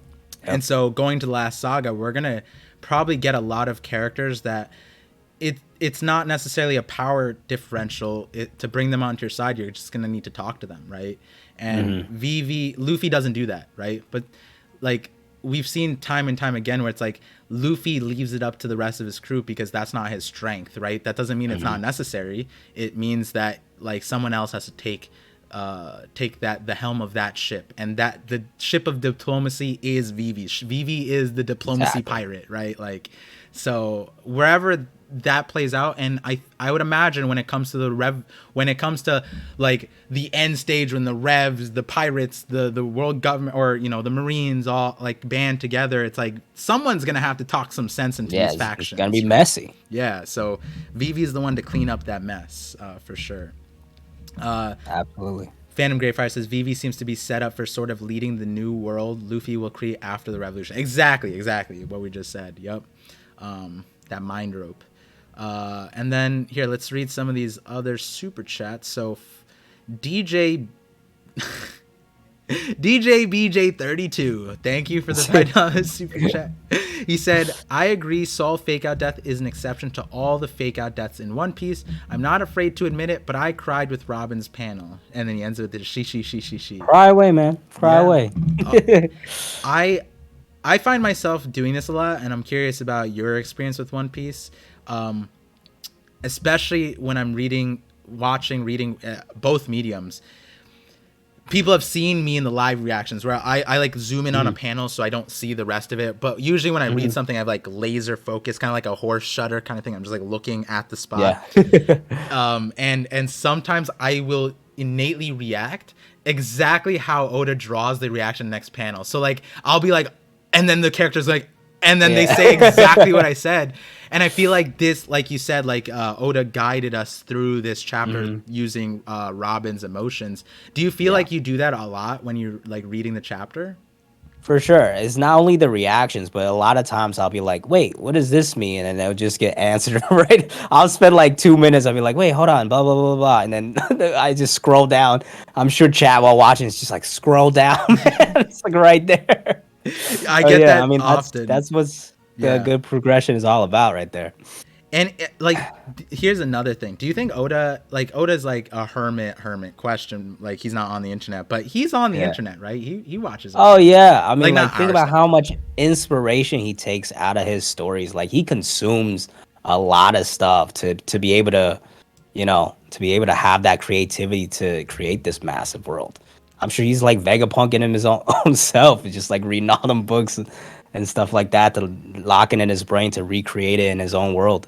Yeah, and then top of that, to like tap into like so in such a strong way, where One Piece is like the most popular fiction in the world, but like, and everybody is so different, and like, the whole point of my channel is like making connections and finding the common ground and having conversations, even when like, I think that's like the coolest part about One Piece is like there's two people who without One Piece their paths would never cross, but they cross and they might be homies, the best of homies. Like the other day I had a Discord call, and there was from someone from Australia, from UK, from China, and we were all just talking One Piece. When would we ever be talking about that stuff, right? Crazy. And like to be able to, for Oda to like write a story and consistently connect to you and me, and like we're in our brains, we're like, oh, what happens here? And then he's just like, here's what happens here, and then here's your reaction, by the way, too. I'll just draw it in the form of a character. Like I always think back to like the Sabo when Rayleigh showed up with the Sabo Odi thing, and like he blasted everybody with the conquerors, and everybody's like shocked face and like confused face, scared face. I remember going through all those emotions, like, huh, what?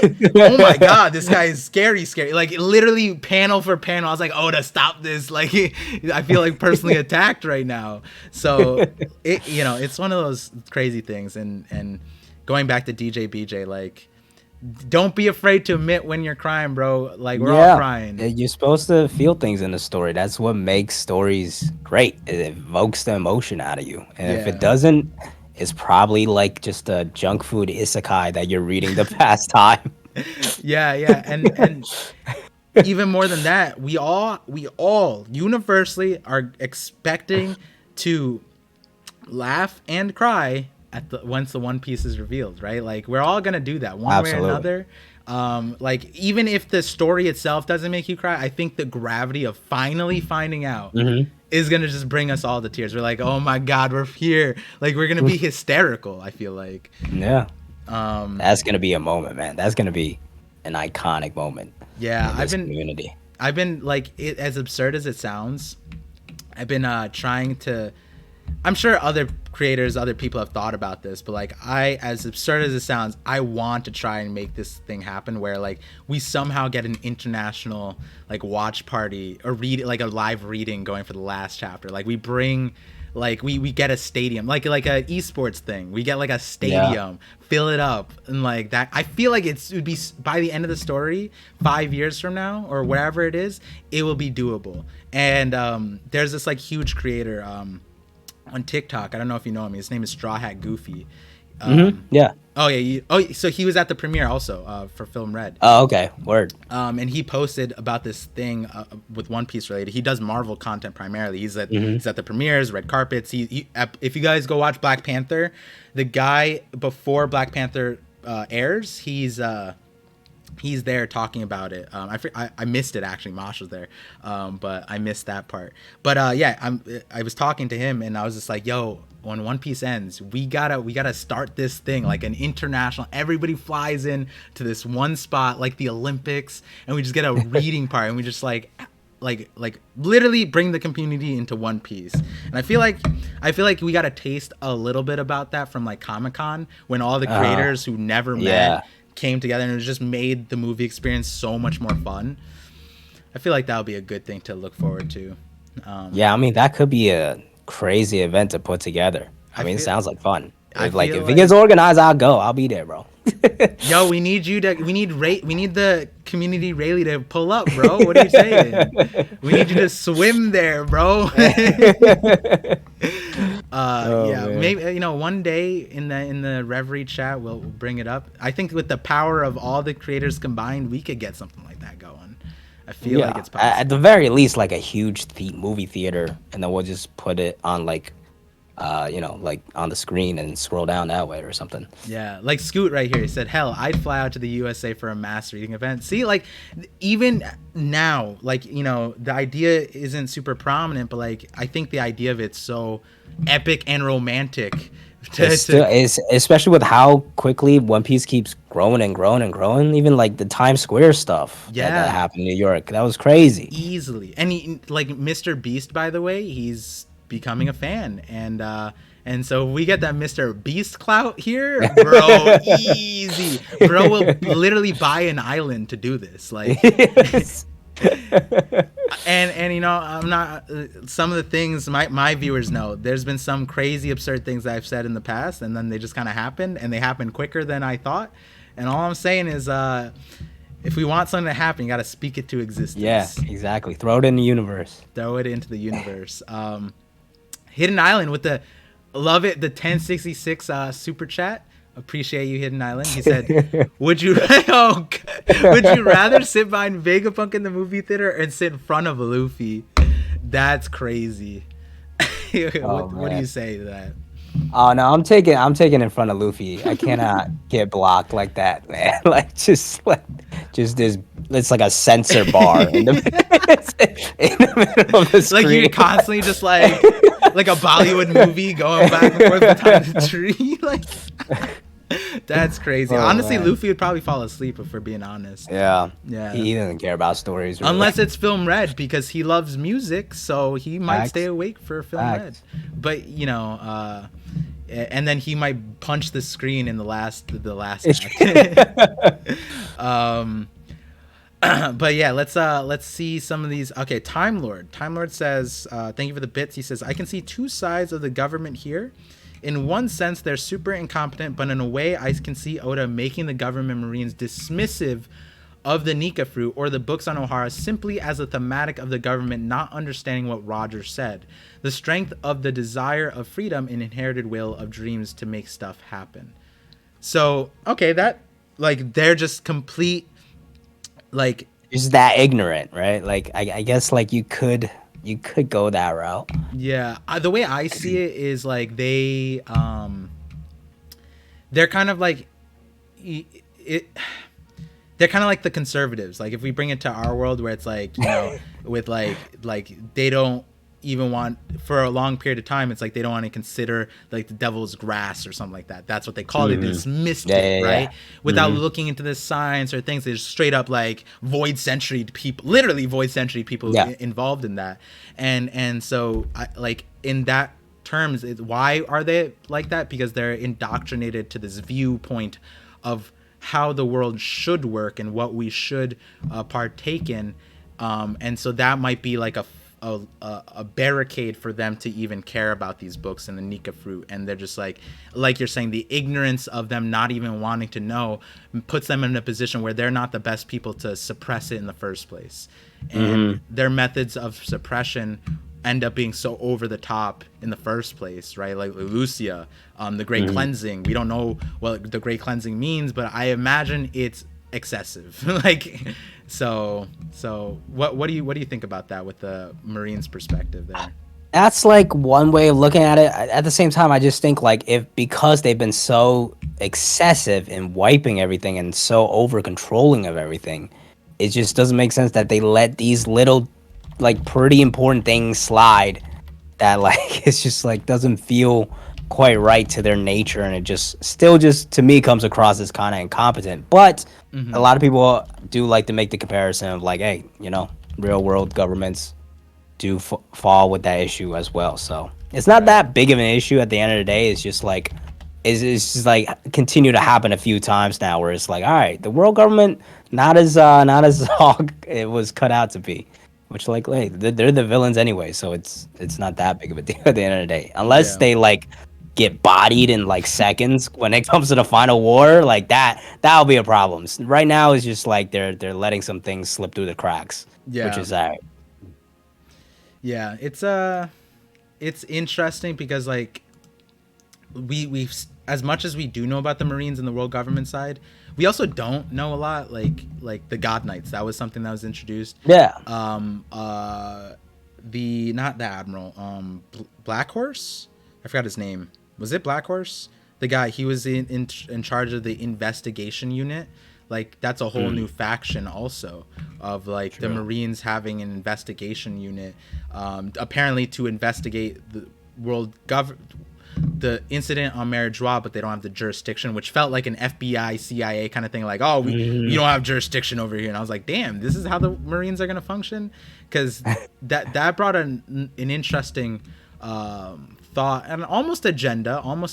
I think Marshall D. Preach and I have like parallel theories over civil wars in One Piece, where I think the Void Century was essentially a bunch of islands having civil wars, and then the losing side on each island banded together to create like the 20 kingdoms. And they might not have agreed on their foundational stuff, but they supported each other because they had like an oppressive type of thematic behind them that they all agreed upon, that kind of a thing. And I'm curious to know your perspective on, do you think that the world government and the Marines will have a civil war? Yes. Okay. Because I strongly back Randy's theory on the sword being led by Garp. I don't agree with the law part, which is like the main part of the theory, but the part of Garp being running the show and it being like essentially his own revolutionary army within the Marines. I think that's gonna come full head when it goes down, especially because like as the story's gone on, we've already seen people like Smoker on this trajectory of like realizing the wrongs of the Marines and like how that he needs to correct those ways. Even like Kobe, right? The first moment he decides to join the Marines, he sees the issues with it in chapter 1 or not. Yeah, no, second. Where it was the second or third chapter. Yeah, second, third chapter. Where he sees like, oh, okay, hold on. Like literally when he goes to meet Captain Morgan, like Helmeppo is acting like a celestial dragon. Like people are literally bowing down. It's the exact same imagery as we see in St. Charlos and Saboti. So like clearly the Marines need to be revamped as well. And I think there's going to be internal struggle there in the final war to really hammer it home. Yeah. Do you think that there's going to be a replacement or an abolishment of the world government?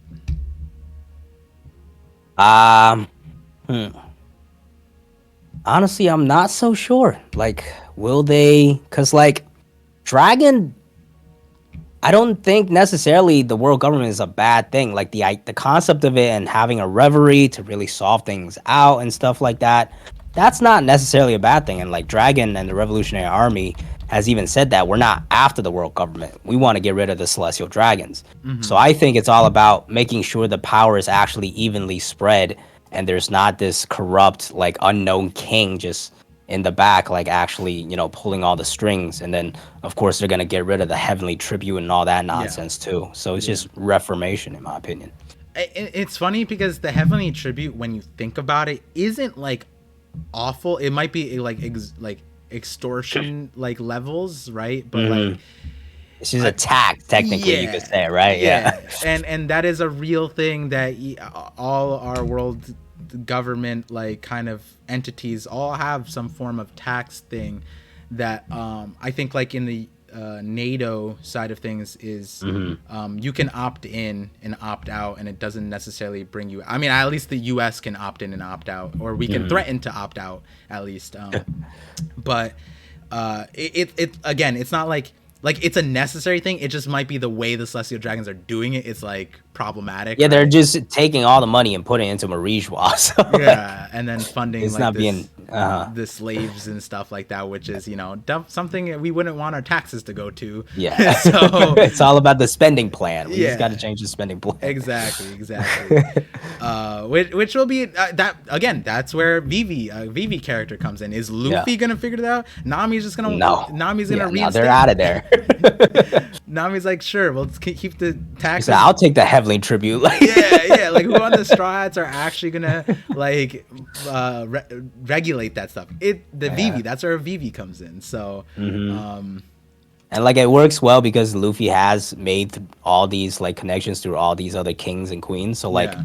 they'll be the main people running the show for that reverie, I think. And we saw like how many allies he had with the last reverie. yeah, it'll be interesting to see how all of Luffy's puzzle pieces come together towards the end of the story, because that's how I see the story. Like every island was a puzzle, and it's like the previous Joy Boys or candidates or whatever, the previous people who could have awakened Nika's fruit, they didn't have all the pieces of the puzzles. I mean, we can the devil fruit aside and maybe lineage aside, I would say Roger didn't care about liberating countries like that, and maybe to fight the world government and upend it or turn it on its head, like what Rayleigh was saying, like each person comes to their own conclusion. You'd have to follow Luffy's path to come to the conclusion he came to, and I don't think anybody else in the past besides Nolan freed the Tentatas, right? That's a direction towards the same thing, but from our understanding, Fisher Tiger freed Mary Joie. Like everybody had pieces, but not all the pieces. And so Yep. Luffy is gathering the pieces to Exodia right now, and he's gonna pull it out in a dope fashion. Heart of the Cards in the last saga. So we have 2 more super chats, and then after that we'll just talk to the chat a little bit, and then start winding out the stream. And talk about if there's anything else that you want to bring up. But again, this won't be definitely not our last conversation, because it's like I kept on, like I checked the time and I was like, oh, only 20 minutes passed, and I was like, an hour and 20 minutes Yeah. passed? So all of a sudden it's 2 hours almost. yeah. So don't wanna keep you too long, but then also like we'll be talking plenty more in the future. For sure, bro. For sure. And so if you guys tuned in late, I know some of you hopped in a few things. This will be uploaded to my second channel, ParVision VODs. And I appreciate everybody who's been chatting. I've been watching and reading, and I also read through the chats when I upload as a VOD, because it's really fun to see what you guys said. And sometimes when you guys pop back in the chat in a future stream, we talk about it, bring it up. And if there's like a long thing, like Sturgios bring up like something for me to watch, I think Pizza Steve brought up something really cool. Join the Discord, because that's like where a lot of those things that I might not have time to see on stream, I check out off stream on my Discord, that kind of thing. So again, appreciate you guys being here. Thank you for all the support. Hopefully you're enjoying the conversation, and we'll probably be here for like 10-ish more minutes to close it out. But some final super chats here. CJ Clark said, $5 super chat, thank you. He said Kuma's issue is going to be brought up from Luffy's group by Bonnie. Bonnie is getting the answer from the man himself. Luffy's not going to care. Do you think Luffy is actually not going to care about Kuma? I feel like he's going to care. Yeah, of Yeah. course. Like he owes him a debt. Like he knows he saved him at this point, and he protected his sonny. Like he knows Yeah. multiple ways now that Kuma helped the crew. So like he'll care for sure. I get it. He cares about Kuma, I think, more than his own father. I get what CJ Clark's saying though, because like on Orange Kokoyashi, like in Orange arc or Nami's arc, I always forget the Mhm. Arlong Park arc, whatever. When Nojiko was explaining Nami's Yeah, background, he he didn't slept. want to hear it. Yeah. Jinbei thing, he slept during that. Every single time he Mhm. falls asleep during the history of certain stuff. Um, but the Kuma one might be a little bit different because Kuma's not on his crew. He doesn't care about like Nami's backstory because he likes Nami. Like Mhm. he likes Jinbei. Like the past isn't gonna change what these characters have done for him with him in the current story.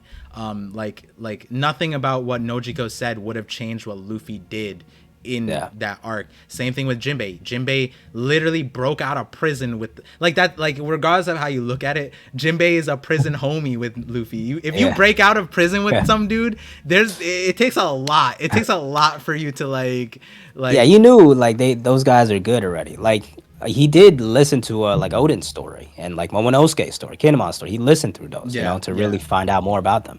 Yeah, and those are the characters that are like removed from his crew. Where it's again, Mhm. it's like Momo and Kinemon. It wouldn't change them, but it helped him like understand the current situation, which Like who they might actually are and stuff like right, that. right, Yeah. and that might be like a development point from Fishman Island because he didn't listen, and then he fought with Jinbei, saying like, "Bro, like, did you not hear the story? This is the history. We can't just ignore the history."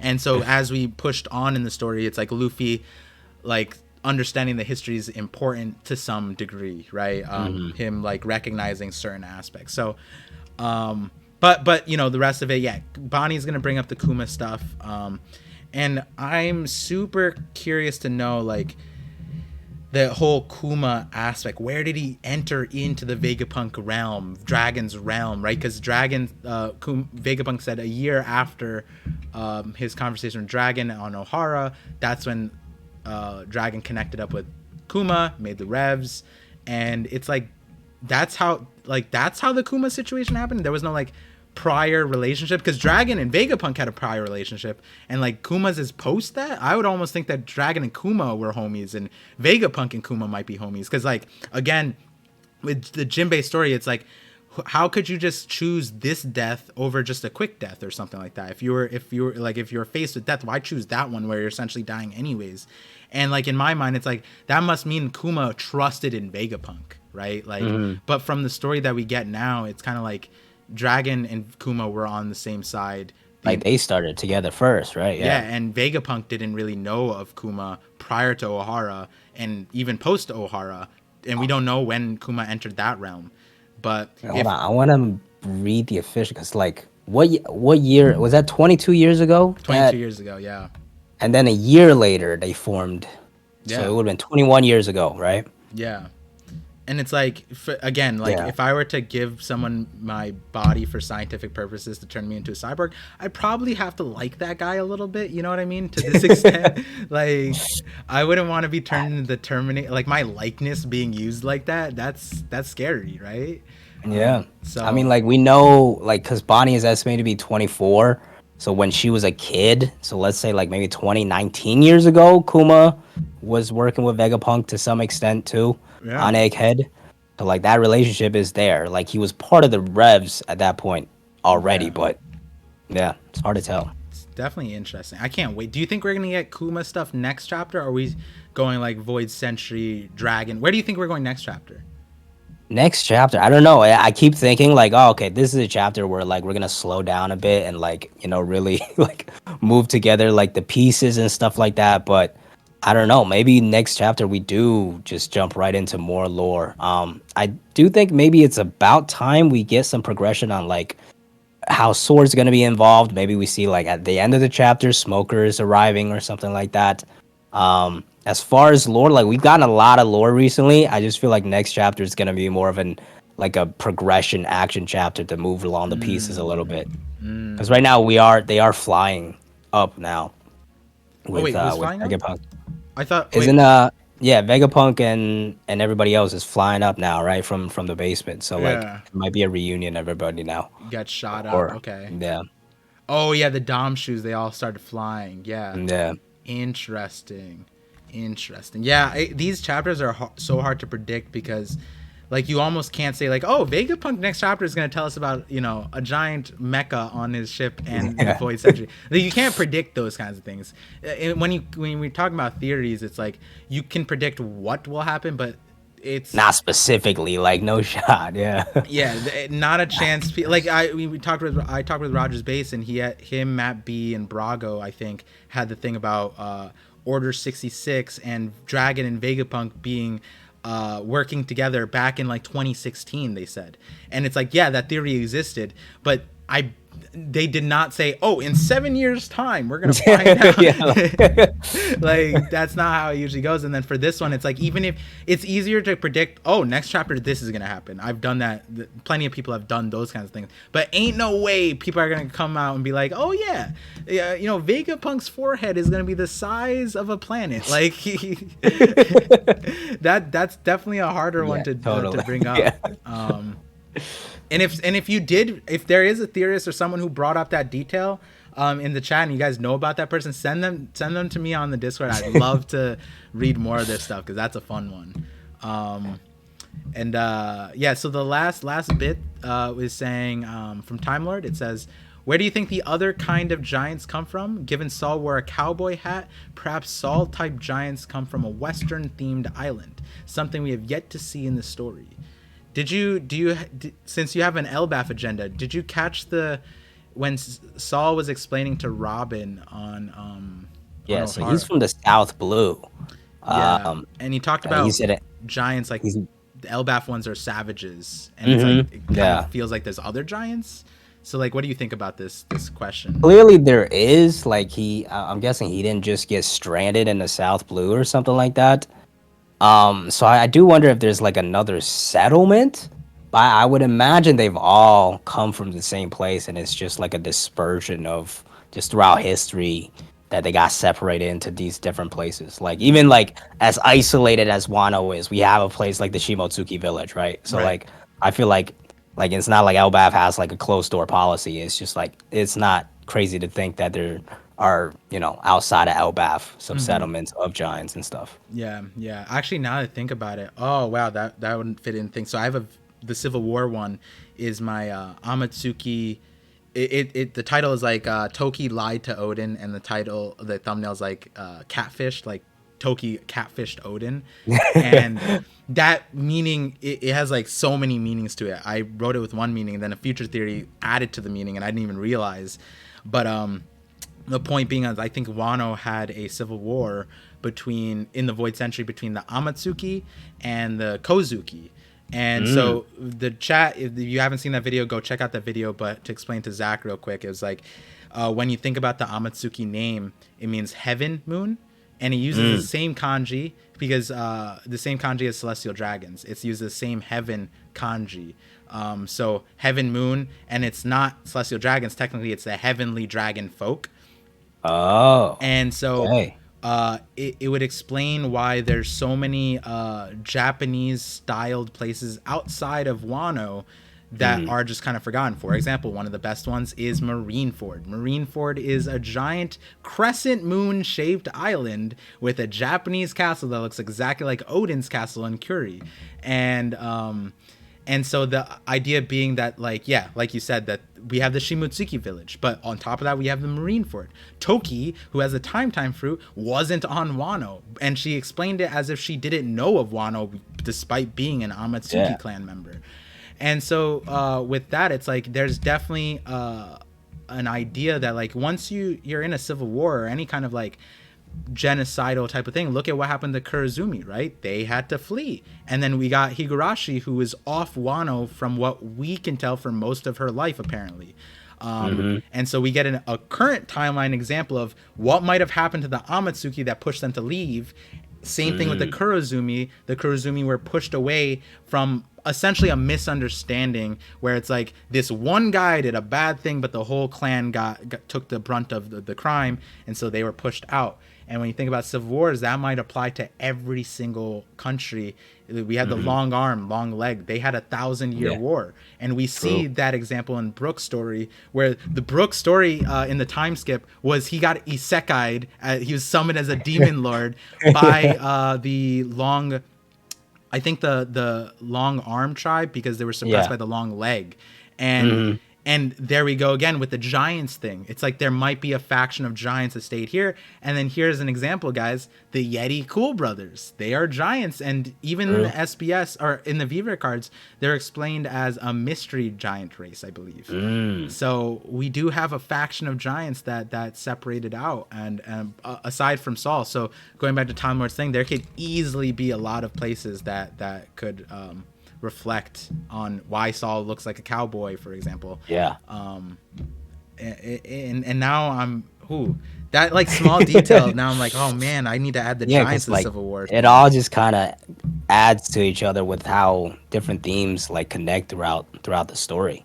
Yeah. That's just how the best part of the world building of One Piece. Yeah, that's what's a lot of fun. And I think like with like I was saying, I like your approach to theories and ideas with One Piece, because you always go back to the macro picture, and that's so hard to do in One Piece. Like I was sitting in part of your conversation with Hidden, and like I forget, he asked you a few like what if s questions, and where you started with the answer with your answers was not where I would go. And you're like, first you got to think about this and this and this, and then you start painting the picture. You like made the Yeah. parameters of it, and those parameters again are super hard, because there's a lot of people or a lot of parts that you just forget about One Piece. But you have to take into consideration with those things, like the giants in the Void Century. Now that we get this giant mecha suit, like, or Crazy. mecha Yeah, armor, like there's so many connections to the Void Century that we can't even comprehend it when it comes to the giants. I feel like that's part of the reason why I don't dive into like whole theories, because like then it just becomes too big picture where I Yeah. have to just like sit down for like a week to try to figure stuff out, you know? Yeah. There's definitely, it's definitely a hard thing, a fun thing, and sometimes like a Rewarding as well when it yeah, pays off. yeah. Yeah. But it can also be stressful in the sense of like I've seen a lot of people who come up with a theory that they really love, and like a lot of people kind of assume this of me, but like you could see, I forget which video it was. I think it's my Pluton video, where I made a Pluton theory video, and the very beginning of it, I'm like, hey guys, this theory is probably not true. I just like the connections, and so let me know what you guys think. And like I have no, like, it's a cool idea and I love it, but I'm not like upset if it doesn't happen. And I feel like that's what the stressful part for a lot of people coming into the theory stuff is. It's like once you think about something, it's like, this has to happen. And if Yeah, it doesn't yeah. happen, it's like almost stressful because you won't like it. And for me, I'm just like, yo, the story makes me smile one way or another, so I'm loving it. I'm loving it regardless. But the one theory that in this conversation that I am requesting of you, Zach, to do a review is the Godfather Shanks one, because All right, it's bro. counter You to got your agenda, and I think it plays well on the macro thing. There's also a part 2 that I'm gonna do. It's not Okay. as focused on the teaser is the there's a thought in there that flips you on your head a little bit. It flipped a lot of people, and I'm not necessarily focusing on that, but like the premise of that in the part 2. So like a lot of people were like, oh no, this can't be possible because this is what Shanks is. And I'm like, I don't know, let me add some more details to that real quick. But Yeah, yeah, maybe I'll wait until that one comes out and then I'll do the double. you could do that. You could do that. The first one I think is Yeah. like 45 minutes. It's a long video, Okay. so depending on your tolerance for Shanks content, um, I'll let you know about that. But Bet. yeah. So we have like a few minutes to fizzle out, if there's like people in the chat you want to shout out, or like the comments, that kind of thing, we close out. And also like in that, if you want to shout out your channel before you do that, just like what you're doing, if you have any things like coming up, and let my viewers know who you are as well, feel free. Oh yeah, no, as Par mentioned at the beginning of the stream, I run a channel, I'm the King. mostly just discussion based videos. Could be theories, could be what if stuff. I just had a video come out on what if current Zoro was in Baratier. That was a lot of fun to do. Yeah, and a lot of more fun discussions that I'm gonna finish editing this weekend. That's gonna come out next week, and then I also stream every Friday when the chapter comes out and stuff like that. So yeah, peep my channel. I'm D King, and yeah, we just have fun breaking down and talking One Piece, just like streams like these. Honestly, Yeah. just more production to it. And hopefully you guys enjoy this conversation, because I did. And Zach is clearly very comfortable in front of the camera on stream and all that jazz. So if you guys tune in, make sure you guys show the love and support, because he's definitely a great content creator. God damn, 124,000 views on the what if thing. The Yeah, what if current people like Zoro's that one. Brate. I gotta peep that. That's crazy. I was gonna shout out you were getting into the shorts game, because I The shorts are popping off too. Yes. yeah, I start off on TikTok, and then I fizzled out because of YouTube, the long form content, but I'm going to go back in, and I know we talked about this in the back end about shorts and the algorithm, all that stuff. But guys, look at this. His first short got 1.6 million views, bro. I'm pretty sure that's more views than in my entire channel combined on this short. Like, that's crazy. Honestly, That one was crazy. And then I think because of that one, every other one just kept going after that. But yeah, it's wild. so yeah, But yeah, definitely go subscribe to Zach IMD King on Fridays. What time do you stream, in the mornings or at night? usually like 10 a.m. 10 a.m. That's why, because I have something scheduled in Friday mornings, and then I hop into Randy's stream afterwards. So at 10 a.m. I'm not usually there, but now they know, might be popping in. Bet. Yeah. Also, because me and Sai, we record. I stream when chapter drops at 11 p.m. So Yeah, I I know. stream, and then after I'm done streaming, so like 2 or 3 hours, I hop onto a call with Sai, and we record like another 2-hour conversation about it. Wild, bro. Now I gotta go to sleep. Yeah. That's why I'm doing the morning streams. Yeah, I mean, I think a lot of people enjoy those. Somehow, Yeah. me and Sai are both night owls, so it's like Uh-huh. our last one we ended at like 5:30 a.m. and we're just like, bro, we tried to record a 1-hour call, but we keep going to 2 hours. How does this keep happening? Yeah. So, if there's any of viewers you want to shout out in the thing or Yeah, comments, shout out my guy Phantom Greyfire with the links on deck. Just Yeah. dropping them all. Phantom Greyfire Just is a dropping them all homie, in bro. chat. Appreciate you. But yeah, this was a ton of fun, man. Like you said, I'm sure we're gonna have more conversations in the future. Yeah, definitely looking forward to that. Wait, you're not going to Anime NYC, right? No, Okay. not this time. Hopefully in the future we meet up again.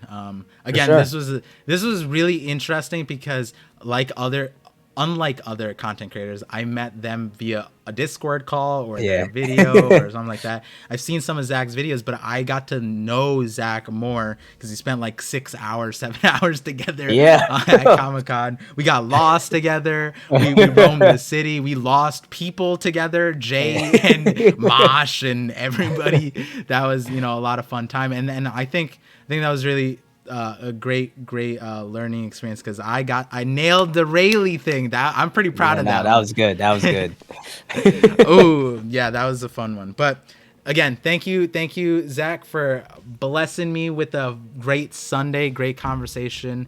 Of course. And if you ever want me on your channel for a random Absolutely, man. collab, always down. The chat knows I'm everywhere somehow, even though I just literally open my sub box and I'm like, ooh, this guy's on, and I'm just like peeping in every once in a while. But with that, guys, just want to say thank you for listening to The Voice of All Things with your host ParVision, and I want to thank my Buster Call guest, Zach. I didn't ever explain that to you, actually, the Buster Call guest, but I'll explain that to you later. The chat knows what it is at this point.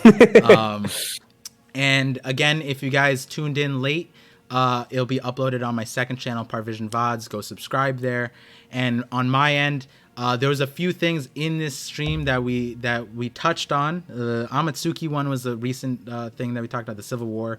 I'll link that one in the chat. And then my my next video should be out tomorrow is related to Onis, and we talked about Big Mom and how she might be relevant in the story later. That video is coming out tomorrow. But other than that, see you guys for 1067. We don't have a break week. And yeah, enjoy the rest of your Sundays. Have a good one. And take care.